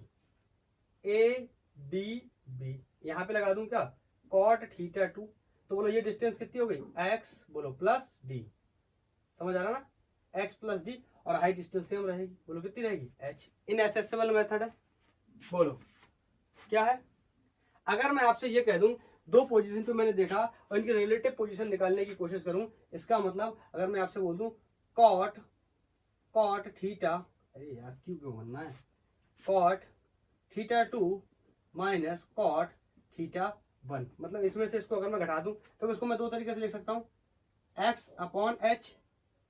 अब देखो ज्यादा टाइम नहीं है, नहीं तो फिर से मिटा के बनाना पड़ेगा, डिस्टेंस कम पड़ जाएगी, हाइट कम पड़ जाएगी, बोर्ड की एरिया कम पड़ जाएगा। ओके, एक्स अपॉन एच भी लिख सकता हूँ इसको, और डी अपॉन एच भी लिख सकता हूँ। इसको क्या करना है, घटाना है किसके साथ, एक्स अपॉन एच के साथ, तो यहाँ पे क्या हो गया, माइनस का एक्स अपॉन एच, इससे ये क्या हो गया, एलिमिनेट हो गया, और यहाँ से हमारा एक रिलेशन बन गया, cot θ2 minus cot θ1 is equal to D upon H. और हमें निकालना क्या है, h, तो यहाँ से h हम इजीली निकाल सकते हैं। h निकालने के लिए डायरेक्ट यहाँ पे लिख दे रहा हूँ, चलो यहाँ ये मान लो नहीं हुआ इक्वेशन तो यहाँ लिख दे रहा हूँ, तो h equal to d upon cot θ2 minus cot θ1। अरे कॉट क्या tan क्या, उससे क्या फर्क पड़ता है, tan निकालो उसको उल्टा कर लो, कॉट हो जाएगा। बोलो, तो इस तरीके से मैं क्या निकाल सकता हूँ, ये क्या है d, ये d क्या है, ये d क्या है, ये d क्या है, ये दूरी है, ठीक है, ये ध्यान रखेंगे, ये क्या है, डिस्टेंस है दी, ठीक है, तो यहां से हम क्लियर कर सकते हैं। बोलो, तो समझ गए आप एसेसेबल और इनएसेसेबल मेथड से किस तरीके से हम लार्ज डिस्टेंसेस को डायरेक्ट और इनडायरेक्ट मेथड से नापेंगे। बोलो, आई थिंक क्लियर है, कोई डाउट तो नहीं है, मेरे हिसाब से होना नहीं चाहिए। अगर कुछ थोड़ा बहुत 19-20 लग रहा है तो आप थोड़ा सा पीछे जाके वीडियो को पॉज करो और फिर से पीछे जाओ और दोबारा से देख लो। हाँ, इनमें लैंग्वेज मैंने नहीं लिखाई है, बहुत बड़ा लेक्चर हो जाएगा, वरना फिर लोग कहेंगे लोग पढ़ाते ही नहीं है, देख ही नहीं रहे यूनिट्स वगैरह के लेक्चर, ये सब कोई पढ़ाता ही नहीं है, छोड़ देते। इनने पढ़ाया, इतना पढ़ाया, इतना पढ़ाया, इसलिए मैं ज़्यादा लेक्चर की लेंथ को नहीं बढ़ा रहा हूँ। इसमें मैं एक चीज़ आपको अगर थोड़ा सा और ऐड करके बताना चाहूँ तो मैं वेट और मास के बारे में बताना चाहता हूँ। एक सेकंड, लाइट में कुछ प्रॉब्लम है, तो इसमें थोड़ा सा मैं आपको वेट और मास के बारे में बताना चाहता हूँ। वैसे तो आप पढ़ चुके होंगे, क्लास 9th में भी आपने वेट और मास पढ़ा होगा, क्लास 9th में भी पढ़ाया जाता है वेट क्या है और मास क्या है, ठीक है। मैं थोड़ा सा बता दे रहा हूँ कि वेट क्या है, मास क्या है, ठीक है। उसके बाद इस लेक्चर को हम ऑफ कर देंगे, ठीक है। क्या होता है mass and weight. I think light का मन नहीं है पढ़ाने देने का, बिल्कुल ही ड्रामा करने पे लगा हुआ है। मैं अभी चेक कर रहा था तो ठीक था, अभी मैं हट गया तो ये फिर वैसे ही करने लगा। एक सेकंड, आप एक सेकंड वेट करो, मैं इसको ठीक करता हूँ फिर बताता हूँ, ठीक है। तो मास क्या है आपने पढ़ा भी होगा क्लास 9th में, कि थोड़ा ऐसे बता दे रहा हूँ ना कि मास क्या है, क्वांटिटेटिव होता है। बोलो, क्वांटिटेटिव होता है। मास क्या होता है, क्वांटिटेटिव होता है। क्वांटिटेटिव होता है मतलब मास is the quantity of matter, मतलब मैटर की कितनी क्वांटिटी है, ये क्या होता है मास। ये मत बोल देना मास क्या होता है, क्वांटिटी क्या मास क्या है, mass is the quantity of mass. Mass नहीं, मैटर की क्या है, क्वांटिटी है। अब और वैसे एक्सप्लेन करना तो हम ये भी बोल सकते हैं कि मास किसके टर्म्स में मेजर किया जाता है, इनर्शिया के टर्म्स में। मास की परिभाषा ऐसी नहीं कर सकते mass is this is called मास, ऐसा नहीं है। क्या है ये, फंडामेंटल क्वांटिटी है, याद आया। और इसके बारे में दो बात और बता दे तो क्या है, इट इज बेसिक प्रॉपर्टी। किसकी बेसिक प्रॉपर्टी, किसकी बेसिक प्रॉपर्टी, बोलो। इट इज बेसिक प्रॉपर्टी, किसकी बेसिक प्रॉपर्टी बताओ, बोलो। किसकी बेसिक प्रॉपर्टी ऑफ मैटर, अरे मैटर की ही तो बेसिक प्रॉपर्टी है, बोलो बोलो। इसकी और एक बात, इट डज नॉट डिपेंड किस पे, बोलो, किसी पे डिपेंड नहीं करता। टेम्परेचर, प्रेशर, बोलो, टाइम, कुछ भी लिख लो आप, कोई भी क्वांटिटी लिख लो, बताओ, बोलो। लोकेशन भी लिख लो अच्छा लगे तो, लोकेशन। ऐसा नहीं है कि आप मुझे, यहाँ मैं खड़ा हूँ, आपने मुझे तोला तो मैं तोलूंगा तो वेट आ जाएगा, ऐसा बोलते रहा हूँ। यहाँ पे मैं खड़ा हूँ, मेरा मास 62 kg है, मेरा मास 62 kg है, मुझे ले चलो यूएसए, मेरा मास 80 kg हो जाएगा, ऐसा नहीं होगा। मास लोकेशन पे डिपेंड नहीं करता, या किसी को गर्म कर दोगे तो उस पर भी डिपेंड नहीं करता। 1 kg पार्टिकल को, 1 kg का कोई ब्लॉक अगर उसको आप मेल्ट भी कर दोगे तो वो 1 kg ही रहेगा, ठीक है। टेम्परेचर से भी कोई फर्क नहीं पड़ने वाला, बोलो, ठीक। इसके बारे में छोटी छोटी 2-3 बातें मैंने बताई। Next one is weight. Weight क्या, वेट आपको पता होगा, इट इज अ फोर्स। ये क्या है, एक फोर्स है। कैसा फोर्स है आपको पता है, ग्रेविटेशनल फोर्स है, जो क्या कर रही है, अर्थ लगा रही है, अर्थ लगा रही है किसी भी मास पे अपनी तरफ उसे अट्रैक्ट करने के लिए। तो ये क्या है, इट इज अ फोर्स है। कैसा फोर्स है, बोलो बोलो। With which earth is pulling a body towards बोलो कहाँ, इट्स सेंटर, कहाँ, अपने सेंटर की तरफ क्या करती है, अट्रैक्ट करती है। और आपको ऐसे पता भी होगा कि बोलो इसका मास कितना है, m, acceleration due to gravity नीचे की तरफ होता है कितना, g, अर्थ की सरफेस पे। तो बताओ ये वेट कितना हो जाएगा, mass and multiple product of the gravity is called weight. तो यहां से इसकी वैल्यू भी आ गई, W इक्वल टू क्या हो जाएगा, mg हो जाएगा, बोलो। और क्या है, फोर्स है, फोर्स है, तो बोलो क्या होगा, इट्स यूनिट इज न्यूटन। और भी इसका यूनिट हो सकता है, केजीएफ भी हो सकता है, बोलो किलोग्राम फोर्स भी हो सकता है, जो कि आपको ग्रेविटेशनल फोर्स में पढ़ने को मिलेगा कि और भी यूनिट हो सकते हैं इसके, ठीक है। एसआई यूनिट, ये यूनिट है कैसा, एसआई यूनिट। अगर सीजीएस की बात करें, सीजीएस यूनिट क्या हो जाएगा, अभी अभी पढ़ के आए डाइन, कैसा हो जाएगा, सीजीएस यूनिट। बोलो मास का एक ही यूनिट होगा, मास का एक ही यूनिट होगा, एसआई यूनिट क्या होगा, केजी। या अगर सीजीएस में नापेंगे तो बोलो ग्राम, बोलो या एफपीएस में नापेंगे तो पॉन्ड, बोलो। Clear, clear. तो ये मैंने कोशिश किया कि यूनिट के अंदर मैं इतना बताऊं। वैसे तो और भी कुछ चीजें हैं, जैसे एंगल्स वगैरह के बारे में और भी इंफॉर्मेशन है, वो भी हम बता सकते हैं, एनसीईआरटी में भी गिवन है। लेकिन मुझे लगता है बहुत ज़्यादा लंबा लेक्चर हो जाएगा। वैसे भी लोग ज़्यादा पढ़ते नहीं हैं इसको और पढ़ाते नहीं हैं, लेकिन मैंने कोशिश की है कि बहुत बेसिक से और बहुत अच्छे से पढ़ाने की कोशिश की है, और आप अगर इसको देखोगे तो आपको बहुत ही मजा आएगा। तो यूनिट मेजरमेंट या डायमेंशन का पहला लेक्चर है, जिसमें हमने पहले किसके बारे में डिस्कस किया, यूनिट के बारे में। अब हम यूनिट के बारे में डिस्कस कर चुके हैं, अब हमारा जो नेक्स्ट लेक्चर होने वाला है वो हम डायमेंशंस पे डिस्कस करेंगे, ठीक है। फिर मेजरमेंट पे, मेजरमेंट में काइंड ऑफ इसी में बताया। उसके बाद हम किसके बाद बारे में डिस्कस करेंगे, हम डायमेंशंस में अलग अलग तरीके से डायमेंशंस कैसे निकाली जाती है, क्या होती है डायमेंशंस, क्यों जरूरत पड़ती है डायमेंशंस की, इसके बारे में बात करेंगे।